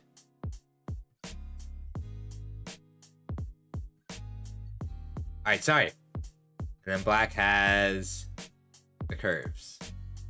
Alright, back to red. Sorry. I got very distracted talking about lines in because art is I like the Porthos. Alright, moving on. Nahiri's Sacrifice. Bad removal, good in the sacrifice deck, but the thing about Nahiri's Sacrifice that you gotta think about is when is it worth it? So if you are sacrificing your 3-drop, the more damage it deals, the better the thing you just had to sacrifice. So if you are sacrificing your 5-drop to deal 5 damage, that's weird, but it's nice hitting, like you can hit a 2-mana 2/2 and deal 3 damage, or kill 2 permanents, but you need to kill 3 creatures for Nahiri's Sacrifice to be worth sacrificing a permanent. I'll sight it in a reasonable amount of the time. It's not a great closer. Like, you gotta pull value out of it, and it's no fling, because fling you could get a 6/1 or pump a creature and then fling it. But Nahiri's Sacrifice, you don't get anything out of growing the creature. There might be rares that come with Nahiri's Sacrifice, but everything that I've seen so far that would interact well with it is a 2-drop. There's a 2-drop that comes back and a 3-drop that comes back, and neither of those are permanents you want to give up. There are pacifisms that make Nahiri's Sacrifice worth it. But yeah, overall it's just fine. You're not usually going to play it. You'll sight it in sometimes. Rebel Salvo, premium red removal, arguably the best removal spell in the set. If this doesn't have, so there's lots of cards that give indestructible in this set, and that permanent loses indestructible line is relevant. You will almost never cast this for 1 red mana, but you will very often cast it for red and a colorless because you have 1 equipment in play. And you don't need to be the equipment deck for this card to be strong. Just good removal. Like, this card is worth a first pick. It is worth splashing in other colors. It kills 98% of all creatures that common and uncommon, and that remaining 2% is not worth playing. There's very few cards that you actually will want to play in that last 2%. Just fantastic removal spell. One of the best this is among the best that we've seen Burn be, and it even hits Planeswalkers. This is best red card best red uncommon for sure, and it's better than any of the commons. It will usually play near that ceiling of 6 because you have 1 equipment in play. But yeah, that 5 floor of a 5. That's if it's always 3 mana. Just a good solid Rebel Salvo removal spell. I'm happy to see that the Rebels are doing something useful, that they are pulling something off. Resistant Skywarden. Card's pretty good. So, in this set, most of the 5-drops are a huge liability because you'll play down your 5-drop and then they'll give their board flying. or their board will have Menace, or they will have a lot of chump blockers out. The Resistance Sky Warden solves a lot of those problems because it blocks their 4/4 flyers, it blocks their Incisor gliders, their cheap flyers, it blocks everything on turn 5, which means that it does provide the defense you need to make a 5-drop worth it. It's a little bit more controlling than Red really wants to be, but it does attack pretty well. Like a 5/5 with Menace is very strong, especially with good instant speed removal. Rebel Salvo is a callback to Scars? I did not know that. See, I thought Urabrask was basically a good guy. Oh, the Ogre. I don't recognize it. I mean, I recognize the mountains. This is what the mountains look like in Scars. Cool card, though. I'll find it after this set review. Alright, moving on, we have the Sawblade Scamp. So we're going from a 5-drop 4 to a 4-drop 4. So this card will usually play near the ceiling. It's nice having a Raging Goblin that keeps punching through. So if you're the aggressive deck, then you have a 1-mana 1/1 that'll get into pointed damage, and then block an infect creature, and then ping for the last few points of damage in the late game. It's also nice having a 1-drop that can pick up oil counters in the deck that cares about oil. It does a lot of what you want this kind of card to do. I am going to go ahead and lower this from a 4 to a 3, because you want to care about the oil counters, and you want to try and deal those last few points to close out the game with this card. I don't have a ton to say about the Sawblade Scamp. It just is a good way to deal damage and to never stop dealing damage. Oh, it also combos with this card, the Churning Reservoir, because it's really easy to put an oil counter on it and take an oil counter off of it and make a goblin.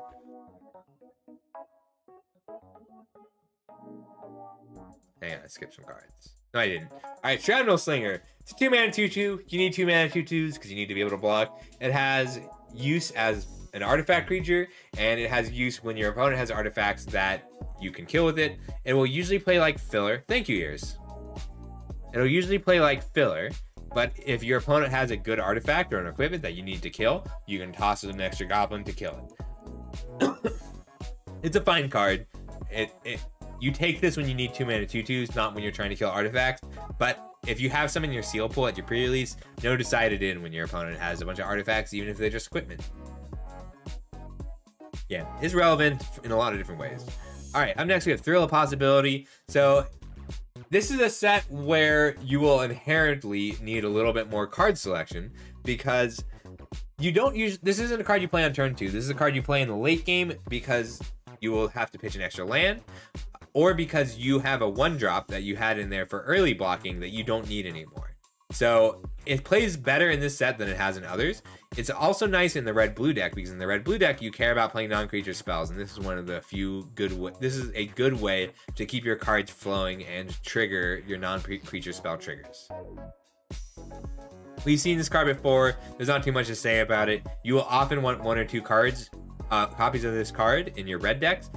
Remember, when you have Thrill of Possibility in your deck, keep a land in your hand, because the worst feeling in Magic is drawing a Thrill of Possibility as your only card in hand off the top in the late game. Urabrask's Anointer. So if this card is Flametongue Kavu that also hits players, it's fantastic. If this card is only dealing 2 damage, it's playable without being good. This is the oil payoff. This is the best oil payoff we've seen so far. That ceiling of a 7, that is when you are the oil deck, when you have a bunch of permanents with oil counters, you will have situations where you just dome your opponent for 8 twice with Urabrask's Anointer. You will have situations where it's just a 4/2 that kills a 2/2 and then trades with a 3/3, and that's still fine. You don't want to put it in because it doesn't enable itself. It doesn't put oil on itself. It needs to have permanents with oil counters in play for it to be good, but then it's pretty good. This is a good payoff for oil. Like, if you can deal 2 or 3 damage with it, you're happy. Volt Charge. Premium red removal, 3 damage to anything, which is always nice. And then you also get to proliferate.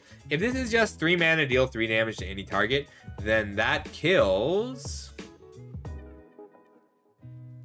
69% of all creatures in this format. And you get to do it at instant speed, which means you get to still respond to combat tricks, clear blockers. If you get value out of the proliferate, that's that ceiling of 6. It's not terribly hard to get the value out of the proliferate, but it's great in the oil deck, and it's great if you are poisoning your opponent. Just solid premium red removal. All 3 of red's burn spells are fantastic, and fighting for best removal. Volshock Splitter. Not a ton to say about this. It's equipment. It's not great equipment. If you have a lot of the cards that reduce equip costs and reduce the cost of equipment, it gets a lot better. 4 mana 4/2 is just not worth it, and the fact that it leaves a 3 mana equip creature, a 3 mana to equip red Bone Splitter behind is also not good enough. So this is high synergy. Like, you need to have the cards that synergize with this card for it to be any good. If you have them, it's still only just fine. But the equipment deck needs a critical mass of equipment. You need like 6 or 7 equipment for the equipment deck to actually get payoffs from his equipment synergies. So this will be that 7th or 8th equipment often. And you're not happy about that, but you will need it some of the time, and it'll play just fine if you have enough cards to reduce that equip cost. Cool card, I'm glad it's in the set. Only one deck wants it, and don't try and cram it into regular red decks. Alright, whoops, forgot I added that slide. Let me get some water, and we will do green. I'll be right back. The equipment deck is really viable, Lion, but it requires uncommons and rares. So that's why, if we go... Great question, though. So, like, the thing about this card being bad is it actually makes the equipment deck more viable. Because it means that if I happen to pick up a whole bunch of Bladegraft Aspirants, or this card, Bladehold Warwhip, this card is great. This Signpost uncommon for equipment is great.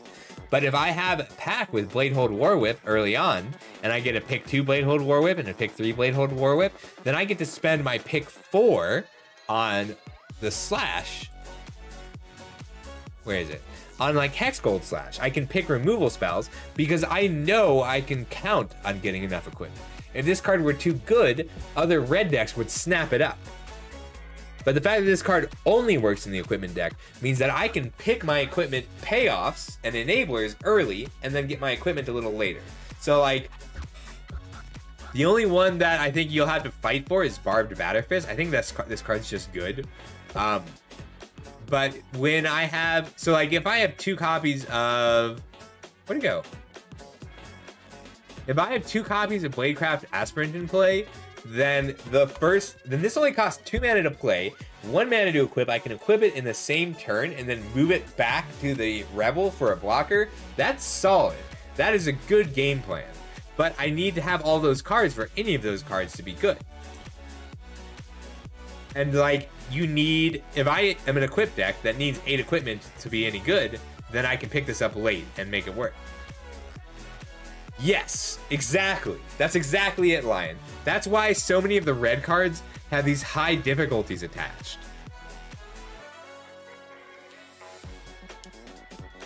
So, like, I skipped I skipped just this one card. All right, I actually skipped Oxidative Finisher.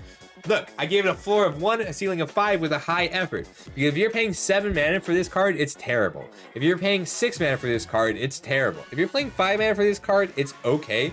If you're playing 4 mana for this card on turn, like, 4 mana for this card is fantastic.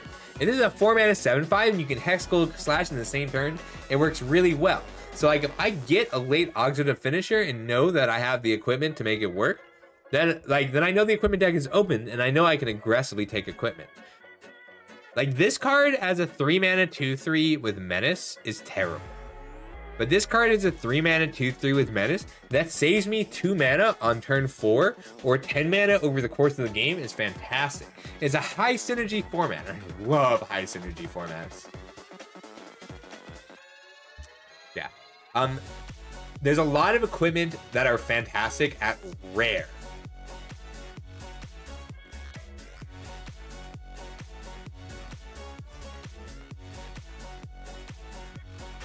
That is true, because you can put equipment onto it. If you are casting this for less than 7 mana, you have equipment to put onto the finisher. It is it is what it says it is. It is an Oxidative Finisher. But thanks for the question, Lion, because I accidentally skipped a card and I only caught that because of your question. So, like, this card, Volshock Splitter, it's still not amazing at it's still only going to be a 3 if this costs 3 mana to play and 2 mana to equip. But it brings the other cards up a lot. It raises them to their ceiling. So the other thing about the equipment deck is there are rares you can start on that make the equipment deck feel really strong. I haven't seen them all, but like some of the rares and some of the uncommons are good enough to pick early and force the equipment deck. And the 4 Mirrodin is specifically for that equipment deck. So like some of the 4 Mirrodin cards are good enough on their own. But the fact that they generate a body means that like this is a 2-mana 3/1 that is also an equipment for equipment tribal.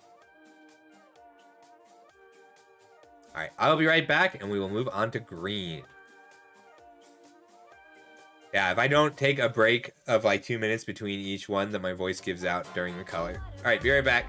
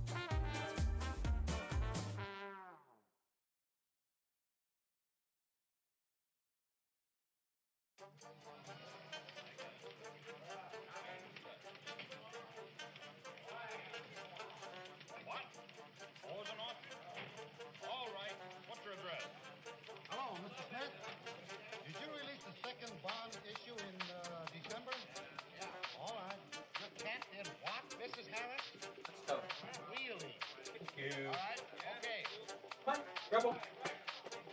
Listen, Mark, some crazy stuntman is going to try taking off in an airplane from the top of an automobile this afternoon out in the valley. Sounds like a story. Hold it, Jack. Take off from an automobile on a dirt road. Can he make it? Well, be a good picture either way.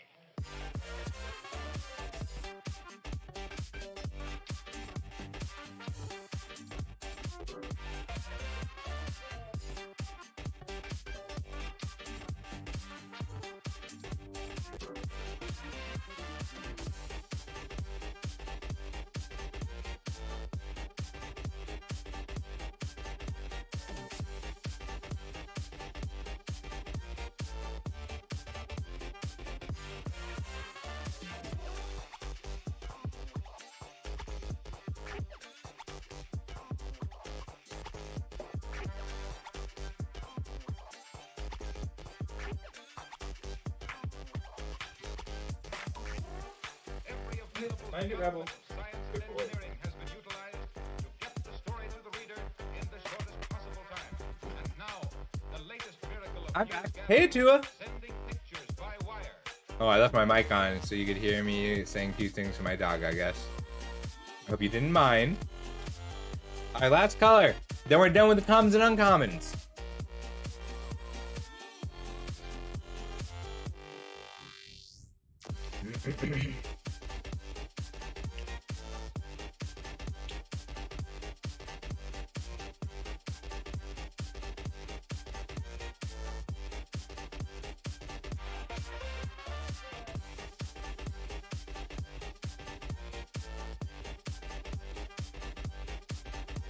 I gotta start from the beginning of the song. Oh, this is from Deltarune. Okay. So, moving on to green. Green is... One interesting thing we'll see throughout green is that the green creatures are interchangeable.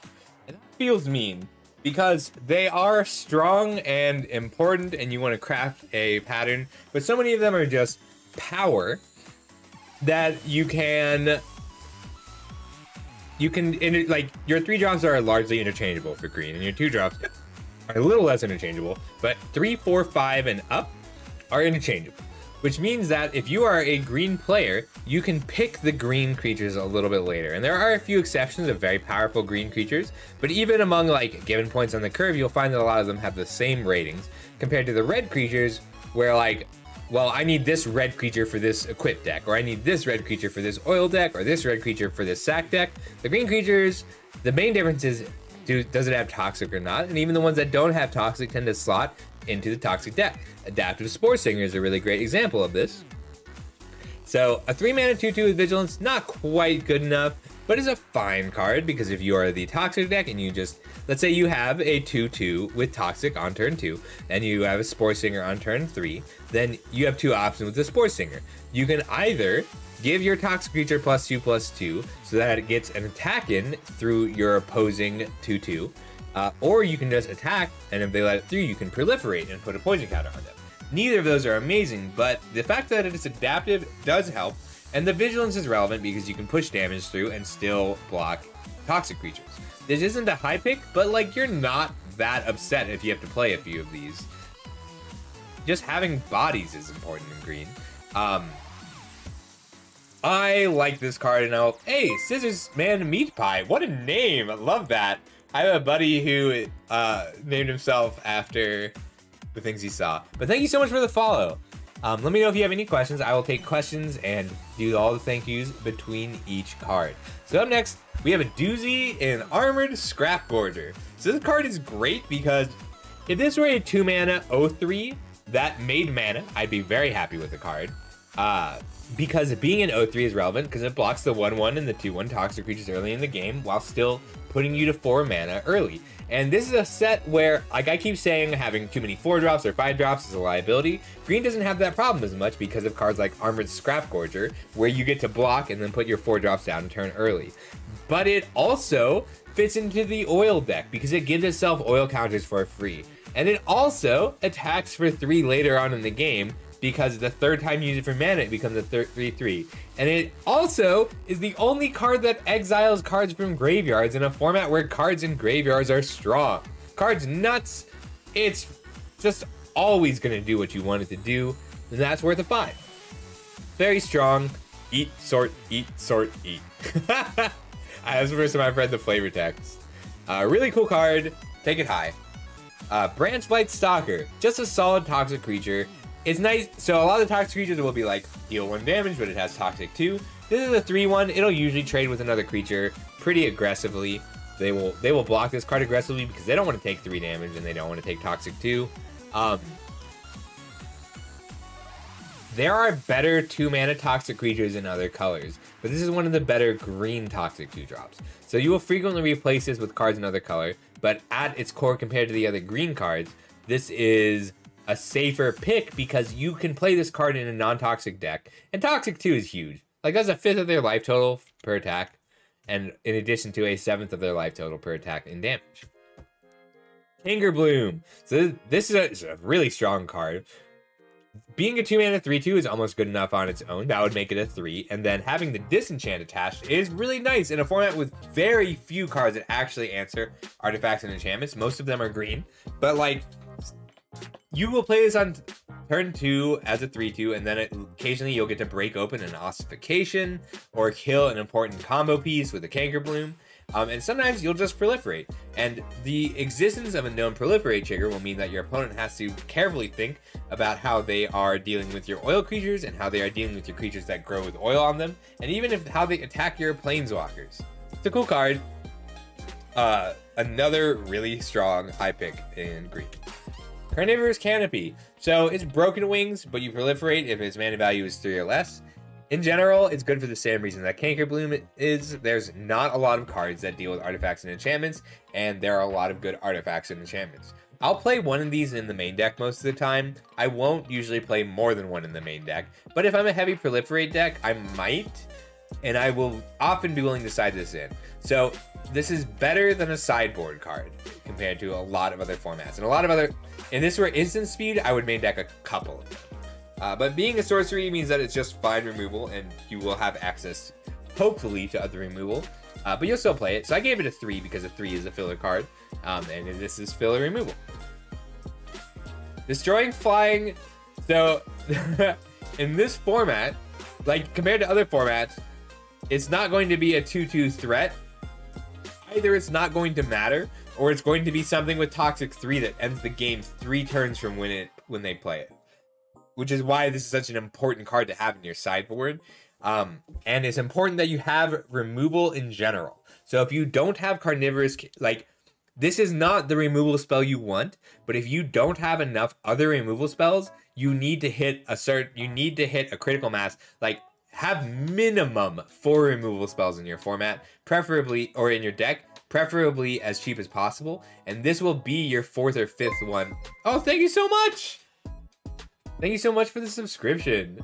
That's really sweet of you. Dude, that's awesome. Thank you so much for the sub. Let me know if you have any questions. And oh, make sure you join the Discord, Scissor Man, because I run monthly subscriber tournaments. This month we're doing Historic Brawl. And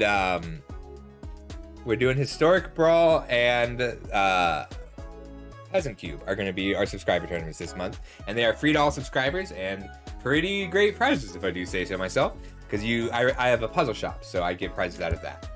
All right, up next we have Contagious Vorak. I think this is the best common in the color, possibly the set. I'll have to look at my ratings again, but this is definitely the best green common. A 3-cost 3/3 that draws a card, fantastic. And if you play this on turn 3, you'll usually want the land. If you play it later than turn 3, you can choose not to get the land to proliferate. But it does take a little bit more setup. So like this would be a none in a lot of other sets. This slot, like Jewel Thief, is a none, has 0 effort attached to the Jewel Thief. But the Vorak, you have to think a little bit about when you play it. But a 3-mana 3/3 is almost good enough on its own. And the fact that this gets you a land when you need it, or proliferates when you need it, when you are... The more aggressive decks will want the proliferate trigger on this Vorak because they will want to be putting poison counters on them post toxic triggers. The less aggressive decks just want the land and will be very happy to take the 2-for-1 off this relevant body. This is, if you get past late Contagious Voraks, that is a reason to pivot into green. The Cankerbloom and the Armored Scrapgorger are also good reasons to pivot into green, but this is a stronger reason to pivot into green. Up next, we have Copper Longlegs. Not the best card. You will play it because you need a critical mass of 2-drops. But usually you want your 2-drops to have Infect. The fact that it has Reach is really relevant. If you don't have enough ways to deal with flying, so you have to assemble ways to deal with your opponent's toxic flyers. And this is part of that package. So like Carnivorous Canopy and flyers of your own and good removal are plan A on dealing with your opponent's toxic flyers. This is plan B. Copper Longlegs is your plan B. And you will play it, and it's not terrible. Like, it'll block early, and then later on, you can give your opponent a poison counter or grow some stuff with the proliferate trigger. But that's just, it's wild. This is a really strong indicator of how far we've come in power level. That this card is only a 2. but you need enough 2-drops and you need enough ways to block flyers. So keep that in mind as you are building your deck. Evolving Adaptive. This card is getting a revisit. But in general, this is going to be a 3/3. It's only weird because of the late game. So if you draw this off the top of your deck in the late game and you are not a deck that is good at putting oil counters on things or proliferating, then it's not great. But this is a 1-mana 1/1 that grows with proliferate triggers. So growing, like if you play this on turn 1, it becomes a 2/2. And then on turn 2, you play, let's say, this guy, Armin Scrapgorger, or Kangerbloom. Then it's a 2/2. Then you play a Contagious Vorak on turn 3 and proliferate. Now it's a 4/4. And every other proliferate grows. It's also hard to block. So you will see me on stream, I'm sure, more than once, attack my 2/2 Evolving Adaptive into an opposing 2/2 with mana up, just because there are so many instant speed cards that proliferate that your opponent can't block this if you have mana up, and a proliferate would make it 1/2 large. This is going to showcase exactly why there are no +1/+1 counters in this set, because proliferating something that grows from a 1-mana 1/1, a 1-mana 0/0 that comes with a +1/+1 counter in this set is something I would play all the time. And Evolving Adaptive, well, often. But Evolving Adaptive grows without the proliferate triggers, just when you play other creatures, grows with oil, and grows with proliferate. So the 3 main things you are doing will all grow the adaptive over time. And it's only awkward late game off the top, but even then you can still make it work. They did.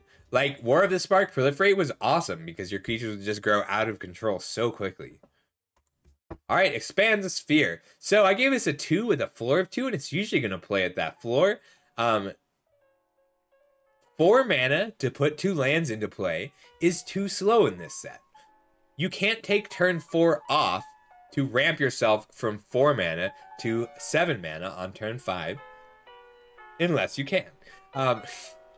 So you can build around being a deck that ramps yourself from 4 mana to 7 mana on turn 5. There are not a ton of 7 mana creatures. Like, there aren't a lot of big late game bomby rares that Expand the Sphere lets you accelerate to. This card needs a lot of things to go right for it to be any good. You need to both be able to use the lands and use the proliferate triggers when you cast this, because you're not sure which ones you're going to get. You can whiff the lands, and that feels awful if you don't have access to the proliferate triggers. So what you want from Expand the Sphere is 6 and 7 drops that make the lands worth it, and 1, 2, and 3 mana cards that care about proliferating. And if you have both of those things, Expand the Sphere is solid.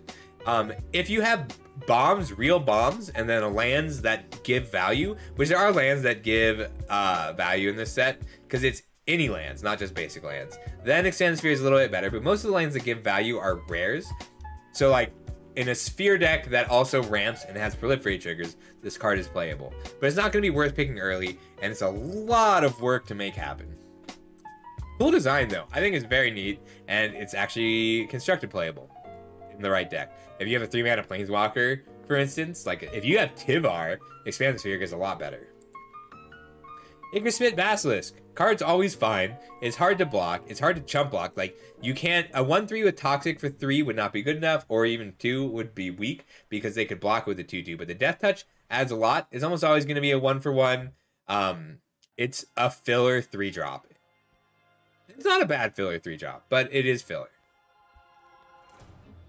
Before I go, there is one thing I'd like. Ooh, so Lion, that matters a lot with... That changes a lot with the type of counters in the set. So if you look at the set as a whole, there's only 3 counters. Well, technically 4. There are 4 types of counters in this set. Oh, wait. I made a slide for this. Proliferate. All right. Here are all of the... There are 26 cards that proliferates at common and uncommon, and another 7 at mythic. 10 of the cards that care about counters are planeswalkers, and 10 planeswalkers is enough that loyalty counters being proliferated is relevant. Oil counters are a major mechanic, and that is a card-by-card basis. So there are oil decks that care about putting oil counters onto everything. They're mostly going to be red. But otherwise, you need to look at your cards that individually care about oil counters and decide if it's worth trying to put more oil counters on them. The Adaptive is one of those cards, the one that just growing with oil counters is enough to make proliferating worth it. And then poison counter is the big one. So a repeatable proliferate effect, which there are only a few. One of them is a bomb uncommon, Tainted Observer. So Tainted Observer is a card that repeats proliferate, but you do have to play a creature, and it's only 2 mana. But it's limited in that you have to have another creature come into play. So like you can set up an engine to make this work, but it is work. And the reason proliferate has to be relatively expensive is if you have a card that was 2 mana proliferate, then that says pay 20 mana, or you have to deal the first poison counter yourself, but then it's pay 18 mana, win the game, and you can divvy that across turns. So Viral Drake out of New Phyrexia has 4 proliferate, and that would still close games pretty well. 2 is too cheap, but having 2 on a trigger is almost okay. If you were to have a repeated proliferate effect, I think it would have to be 4 or 5 mana, or very fragile. Like you could have a 1 mana 1/1 that was 4 proliferate. I think that would be okay. But it's a hard mechanic to balance with poison. And I think I was prepared going into this set review to say they messed this set up. Proliferate is too powerful with Toxic. Toxic is too powerful with Proliferate. It's not going to work. But they did it. Like, this is balanced. This whole set feels balanced.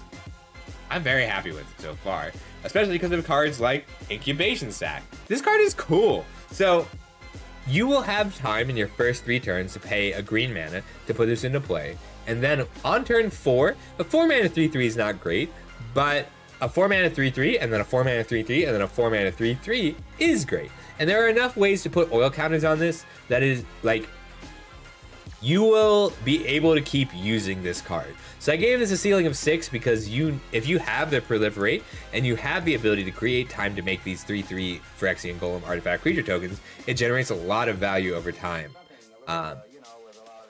Yep, and it is an artifact. That's a good point, Ears. A 1 mana artifact is solid in this set. Yep, it's a good card. Like, it is itself an artifact that makes artifact. I gave it a 4 just because that's kind of the first pick territory, but I will frequently first pick this card and build a grindier deck. So Incubation Sac, the only reason Incubation Sac isn't higher is because it's counter to the general plan that a lot of decks want to do. So like, this card really excels in the engine phase of the game and does nothing to close the game or to put the first poison counter or the third poison counter on the creature. It just doesn't mesh well with what a lot of the other plans and decks are doing, but it has so much raw power that it makes up for that. So the ceiling here is a 6 and the floor is a 3, but that floor of a 3 is just because some decks are going to be such high synergy that they won't have room for this card in their synergistic plan, even with how powerful it is. It's really cool though. The fact that they made this card and it's not broken is awesome. It's such fantastic set design. All right, up next we have Infectious Bite. I would play this card if it were Rabid Bite. I would play this card if it just bit and did damage equal to never play it because it's cheap removal and this is a board heavy game. Like, this is a board heavy format. You have to always be putting things down on the board. And this is also the first poison counter. If you play it right, this is the first poison counter and the third poison counter at the same time. Because if you go 2/2 infect creature and they go 2/2 infect creature, and then you get to untap Infectious Bite, kill your creature, deal another poison counter, like this starts the poison train on its own. It's so powerful. I'm surprised they didn't make it target creature you control like Rabid Bite plus Proliferate. This is way better than Rabid Bite plus Proliferate. Very strong green removal spell. First pick this when you want to be green. If you are green, don't let it pass you up. This is, so relative to the rest of the cards in it, like in its set, it is up there. The best fight spell ever is a very good question. Let's see. Savage Swipe is up there for best fight.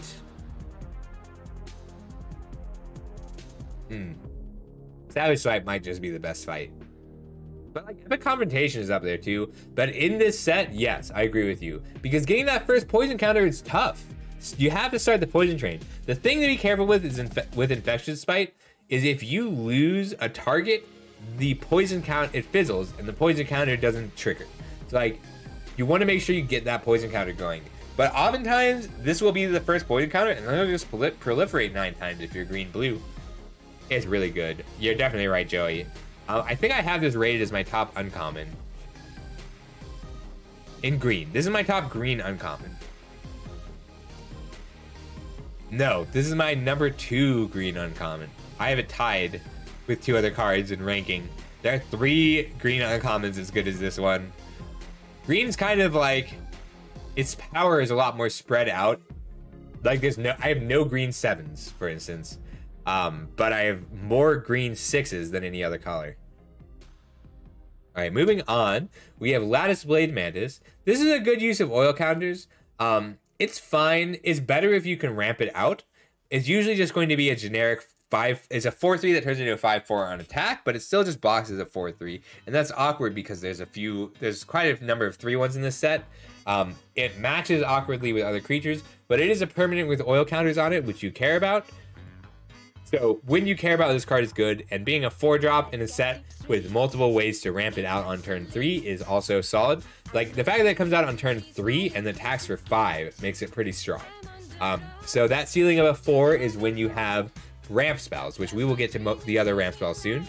But if you have, this is a weaker card than the Armored Scrap Gorger, but it is also best friends with the Armored Scrap Gorger. It's just a lot of pressure. I just wouldn't pick it too early because I want to already have the cards.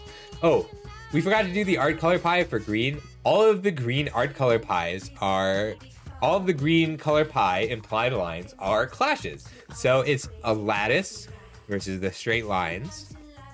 It's the curved lines versus the straight lines.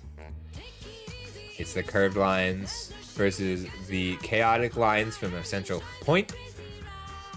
Or the curved lines versus the straight lines, which is so cool. Like, it's all clashing art styles. Even on cards like this is a great example. Straight lines, straight lines. Yes. Love it. So cool. The art is so good in this set. Oops, I skipped cards. Here we are. Maze's Mantle. The card's fine because tricks are good in this set. The hexproof is relevant. You do need a toxic deck. Like, if you get to play this on your 2/2, this lets you counter. This has to both counter a spell and let you win a combat in a given game state for it to be good, which means you have to have toxic creatures as target.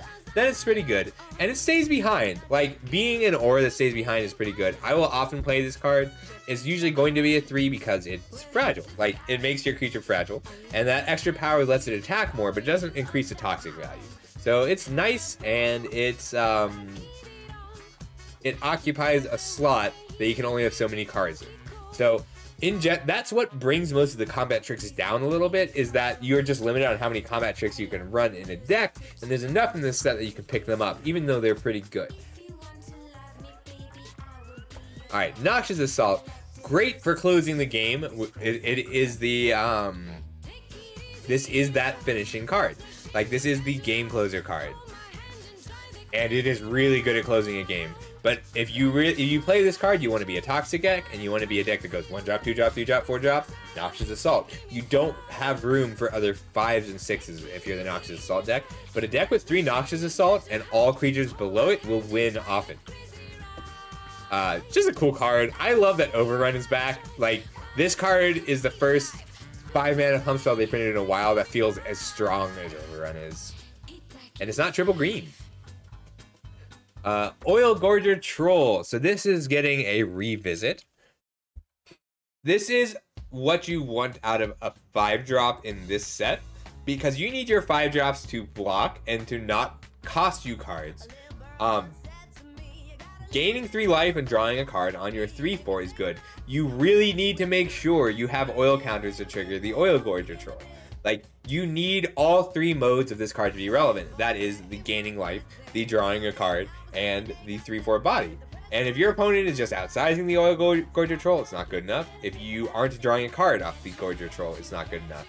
I do think that this is a reasonable curve top. Like, you'd rather be closing the game out with Noxious Assault, but that's not going to happen every time. An Oil Gorger Troll replacing itself and gaining life means that it you don't risk them just killing your 5-drop and sending you back on tempo 3 turns, because it gains you life and drew you a card. But if your opponent is a toxic deck and they're just closing the gap anyway in poison counters, it's not going to do enough. So be careful with how many of this card you play. I will pick it reasonably high, but I won't pick the second copy nearly as high as the first copy, and I want to already have some oil cards when I pick it. Cool card, really fantastic design. Spikes, tentacles. Paladin Predation. Toxic 6 is a lot. Toxic 6 literally closes the game in 2 turns. This card closes the game in 2 turns on turn 8 and turn 9. You will not get to turn 8 and turn 9 often unless you have your deck built around forcing the game to turn 8 and turn 9. And compared to other control decks, forcing the game to turn 8 and turn 9 starts on turn 2. So like a lot of the times a control deck can afford to skip their 2 drops and just kill a 3-drop and kill a 4-drop and just take 2 damage a few times before they start getting their real threats down. That's not how this format works. If your opponent plays a 1/1 with Toxic and then you spend turns 2 through 6 dealing with their turns 2 through 6 plays, you will have lost the game because you will have 7 poison counters when the Paladin Predation comes down. But it's still a finisher. So if you are a mid-ranger control deck and you are in need of a finisher, or you're good at ramping and have lots of cards that put lands into play or ramp you out a little bit faster, this is still a solid finisher. 7 mana is just a lot. Like, do not underestimate how often this will be stuck in your hand if you put it in your deck. It has a place. Like, it's not unplayable. I gave it a floor of a 2, but the ceiling of it is a 4, because sometimes you'll need a card like this to close out a game. It's also just cool. Like, it's cool artwork, cool card. Toxic 6 is wild. 6 damage and 6 toxic is more than half your health on 1 attack. Plague Nurse. It gives Toxic 1 to anything that already has Toxic. Lion, if you're still here, this is a great example of how Toxic stacks. And if you have multiple Plague Nurses, you can use it multiple times. A 4-mana 3/4 with Toxic 2 is almost good enough, which is why it's got a 3. And this is a card that other people would give like a Synergy C+ or a Synergy B- because it needs to be in the Toxic deck. But I'll still play this because you put this down on turn 4 and it blocks whatever else they've got, and then you get to untap and decide whether you want to use it on offense or defense. But even if you just are using Mites, if you have 5 Mites in play, then suddenly those Mites are all great attackers. And it's a good enough body on its own that the Toxic 2 and the activation make it still relevant. It is kind of hard to use, and you need a lot of Toxic creatures for it to be good. But this is not a bad 4-drop, and you're going to have to decide what you want your 4-drops to be. Because like Plague Nurse is what you want it to be when it's a Toxic deck. Lattice Blade Mantis is what you want if you're just an aggressive deck in general. So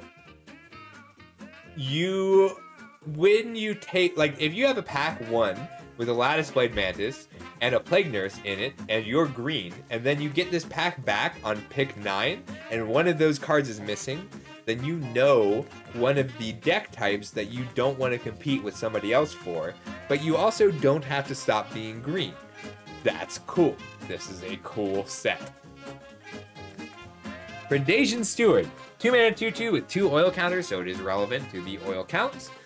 You won't use it too often, but you'll use it more than you think to force through your Toxic attacking. So if you have a 2/2 with Toxic, and you have a 2/2 with Toxic, Predation Steward lets you punch through for that first poison counter or that third poison counter. It's not good at the late game stage, but it's good at the engine stage. It's good for the first poison counter and the third poison counter stage of the game. You want to get more than just being a 2-mana 2/2 out of this. Like, you want to also have cards that care about the oil or cards that care about the activation. But it's solid. Like, this is a good 2-drop. Use it to fill out your curve and don't be upset about it. I think the ceiling could come up a little bit because there are cards that get a lot of a little extra power. Alright. Up next we have a Rustvine Cultivator. So very simple. Put an oil tap to put an oil counter on it, and you can remove an oil counter to tap a land. It doesn't give you other colors of mana, but it does ramp you. So this is functionally very similar to the Armored. Is a worse version of the Armored Scrap Gorger, because it does put oil counters on itself. It does benefit from putting oil counters on itself, so it works well in the oil decks.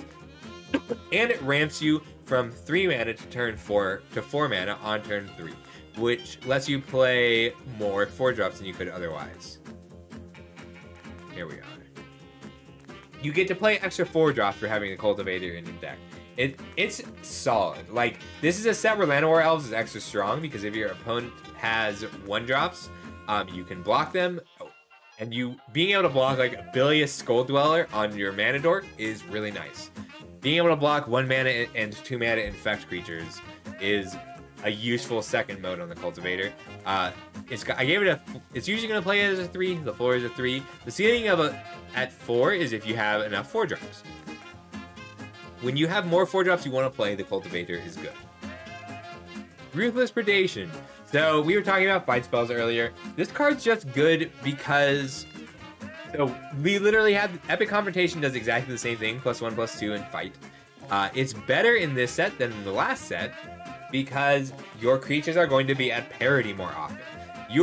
It's so much more important to curve out that people will build lower on the curve, and when people build lower on the curve, your 3/3 is more likely to be able to fight their 3/3 for a profit. Your 2/2 is more likely to be able to fight their 3/3 for a profit, and that is not always the case.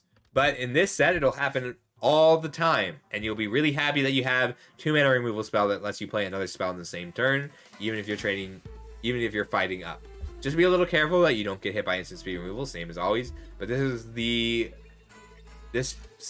effect is stronger in this set than it has been in others. All right, up next we have the Engulfer. Same problem as the other huge creatures. Is a huge creature, is expensive. Not being able to be blocked by flyers and having trample means it tends to get through late in the game. It is a little bit better than some of the other huge creatures we've seen because it blocks flyers, and it blocks flyers effectively. And looking at this card is one of the reasons that I gave this card, Apostle of Invasion, such a low value. It's solid. You're not going to be too happy if you have to play it, but it's a reasonable 6-drop. It's similar in power to this Sylvok Battle Chair. So the Battle Chair is solid.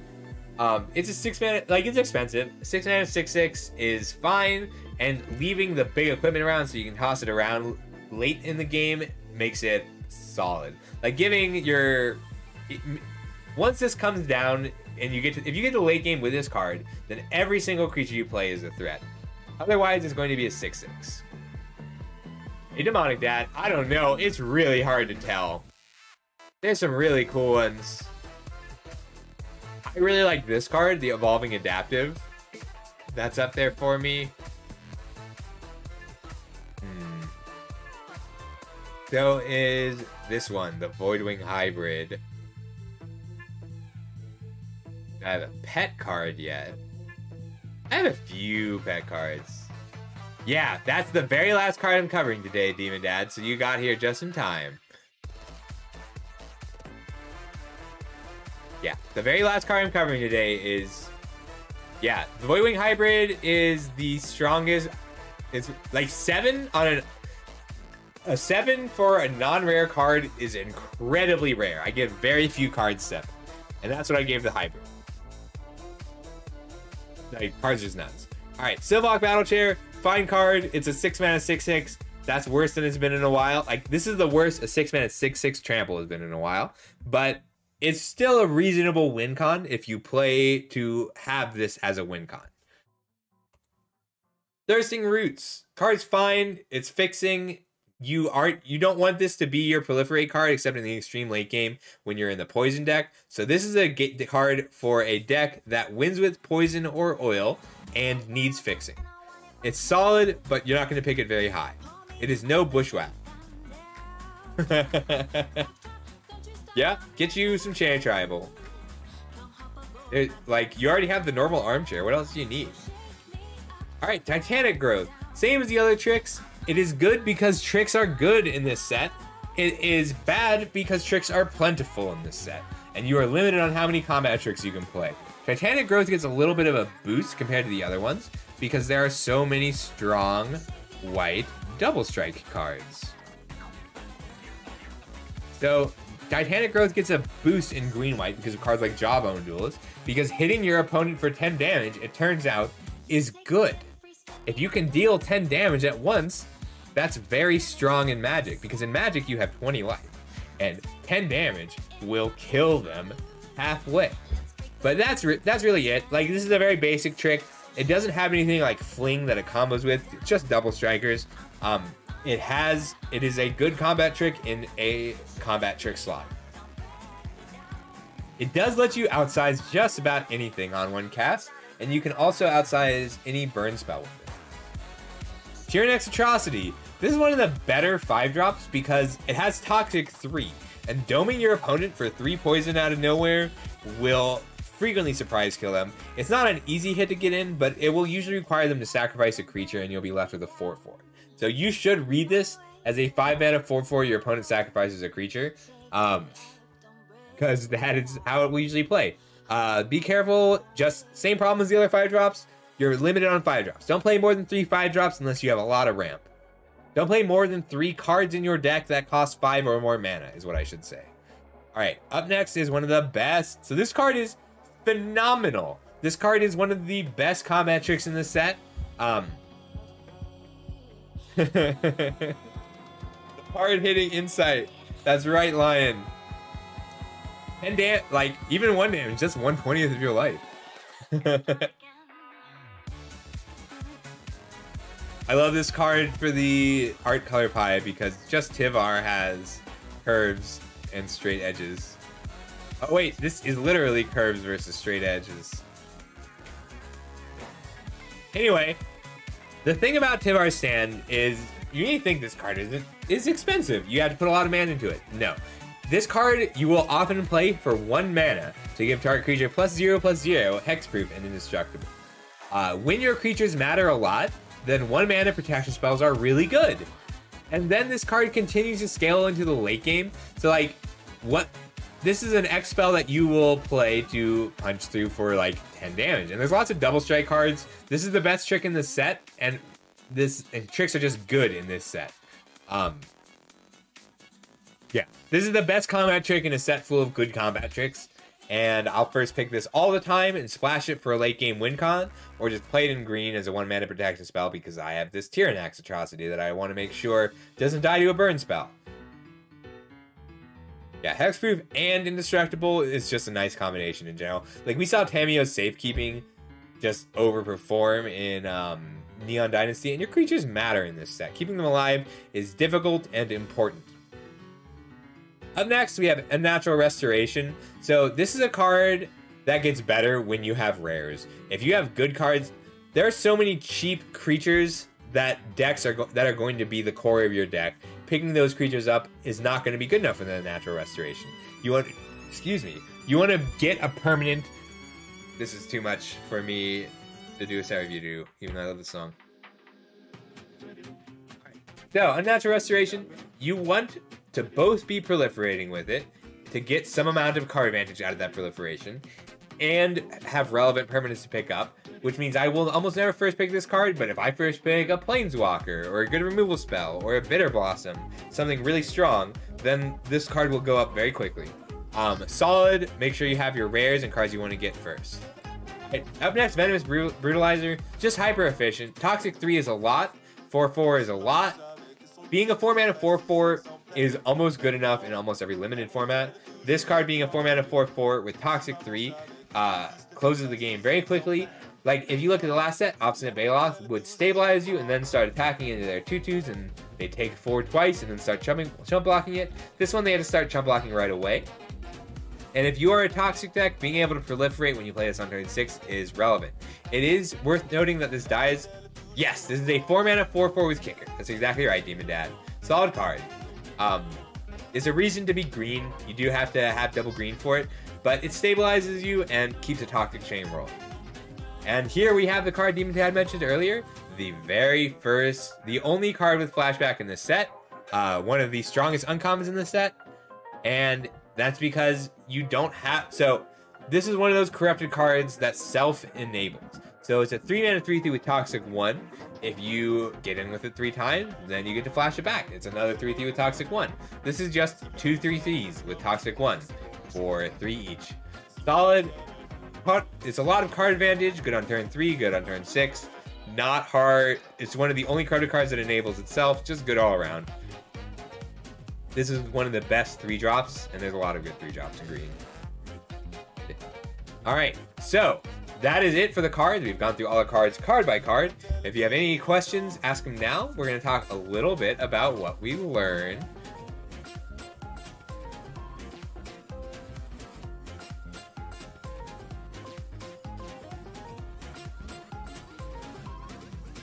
All right, so we talked a lot about the game stages, but just very quickly, in general, the black cards are very powerful and worth committing to a strategy. So you can make most of the black cards work in multiple strategies. And as you commit more and more to one or another, then you will have a primary strategy and a secondary strategy, and you will try and pick black cards that slot into one strategy or the other. And then you can add a color to that and figure out where they overlap, because like black is unique because black and red is sacrifice and oil, black and white is corrupted, black and blue is corrupted but with more of a proliferate bend, and black and green is more of a toxic bend. It's very cool. Ooh, it might be Tivar's stand. That one's definitely up there. This armored scrap orchard is pretty spectacular. I love this barbed batter fist.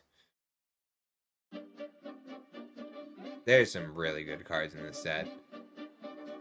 I think this might be... This Sawblade Scamp is probably going to end up being my pet card. So black in general is the strongest color, but it also doesn't commit to one strategy as much. So like in general, black is the strongest, and I don't think it's close.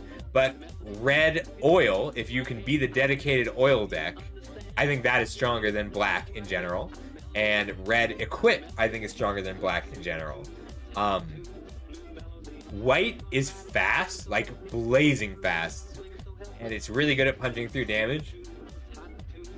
It's so synergy dependent though. Like blue is the weakest color in general, but it's a great support color. There's really like the problem with blue is like the removal is not supportive. Like it's really hard to splash for a mesmerizing dose if blue is your second color.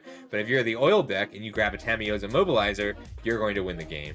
And if you're the Proliferate deck and you grab a Trawler Drake, you're going to win the game. And Watchful Blister Zoa is slow, but it's good for a control deck. So like blue is weak, but a good support. Green is another good support color. Black is the strongest overall. Then we've got, let me delete this so that it doesn't distract us. All right, so white, you need to keep attacking. So all of white strategies require attacking, and they're really varied. So like you can be just the toxic deck, punching through poison, and then you keep attacking her poison. You can be the double strike deck and run more combat tricks. You can be the equip deck and move your equipment around. You can be a flyers deck because all the flyers grant bonuses on attack. Whatever you're doing in white, you have to make sure you're attacking and creating opportunities to attack. So draft all of your white cards with that in mind. Red, red is going to come out of rares and uncommons more than any of the other colors. If you want to be red, start with your burn. Take your Hex Gold Slashes and your Rebel Assaults, because what the cards at table, the cards that you get late in red, are going to dictate what you end up in. The key cards in red after are the burn spells, the removal spells. But after the removal spells in red, the cards in red overall are very weak. So you don't want to be on a general red strategy. You want to be on a specific red strategy. And you need to figure out which of those strategies you're committing to. Are you going to be a red equip deck, a red oil deck, a red proliferate deck, a red aggressive deck? Figure that out earlier, and you will be rewarded later in the game because you'll be able to table those oil cards and those equip cards, because other red decks don't want those. But even black decks and blue decks and decks just splashing a third color are going to want your red burn spells. Blue, you always have to keep account of your non-creature spells, and try and treat it more like a support color, or lean hard into proliferate. I'm adding this note because I forgot to. Like, the blue cards on rate are not as strong as the cards in the other colors. Like, it's the white mana, the blue 2/2s for 2 can't ever block the white double strikers, or the blue or the white flyers, or the white 2/2 first strikers, or the red cards that pick up equipment. So keep treat it as a support color, lean in to proliferate. It is a fantastic source of card advantage. Blue is best for card advantage. So if you're playing a really aggressive deck, then you can be like a base black deck with lots of early black cards and some black removal, and then run blue card draw, and it'll work out for you. Green, your creatures other than the best cards in green are interchangeable. So like you may notice that a lot of the green cards at 4 mana, I gave scores of 4. There's so many green 3s and 2s that you can swap them out. But like if you pick up an Evolving Adaptive early, then you can worry about your 3 mana green creatures later and pick up your green removal spells early, or your cards from other colors early. Yeah, it's because they are giving... So there's a reason for that, Demon Dad. They are giving more... They sort of lost the color identity for a while with decks like sets like Kaldheim had a lot of trouble with color identity. And it looks like they're working really hard to push that color identity again. And it wasn't obvious in the Brothers War, because in the Brothers War, that was an artifact-based set, and they really had a lot of colorless cards with the retro stuff. But in general, the Brothers War, green had the best creatures, it wasn't close. Black had the best removal, it wasn't close. And those together, when paired, you just needed to find the card advantage. So you could splash blue for that, or you could generate your card advantage through graveyard recursion and artifact loops. In this set, it's a little bit more obvious, and I think the color pie... So we've been talking a lot about the color pie for art in this set, and the color pie for art in green, well, green is a bad example, but like red, all of the cards are built out of straight lines. Even on the fire, it's straight lines. And in black, all the cards are built out of these tentacular, like there are these chaotic wavy lines that lead back to a central figure. And it's really cool. Like this is, oh, what's it called? Like it's like an arena. I don't remember the word for it. Like libraries would have them for reading. But yeah, they've got these curved lines, central figures. Curved lines leading to a central figure. And I can pick any card, and you can find these curved lines chaotically leading back to a central figure. And then blue, chaotic lines just all over. They aren't necessarily based around a central figure. It's just all these curved lines everywhere. And it's got this really tentacle-y feel. And then white has these straight lines leading back to the central figure. Really sharp squares.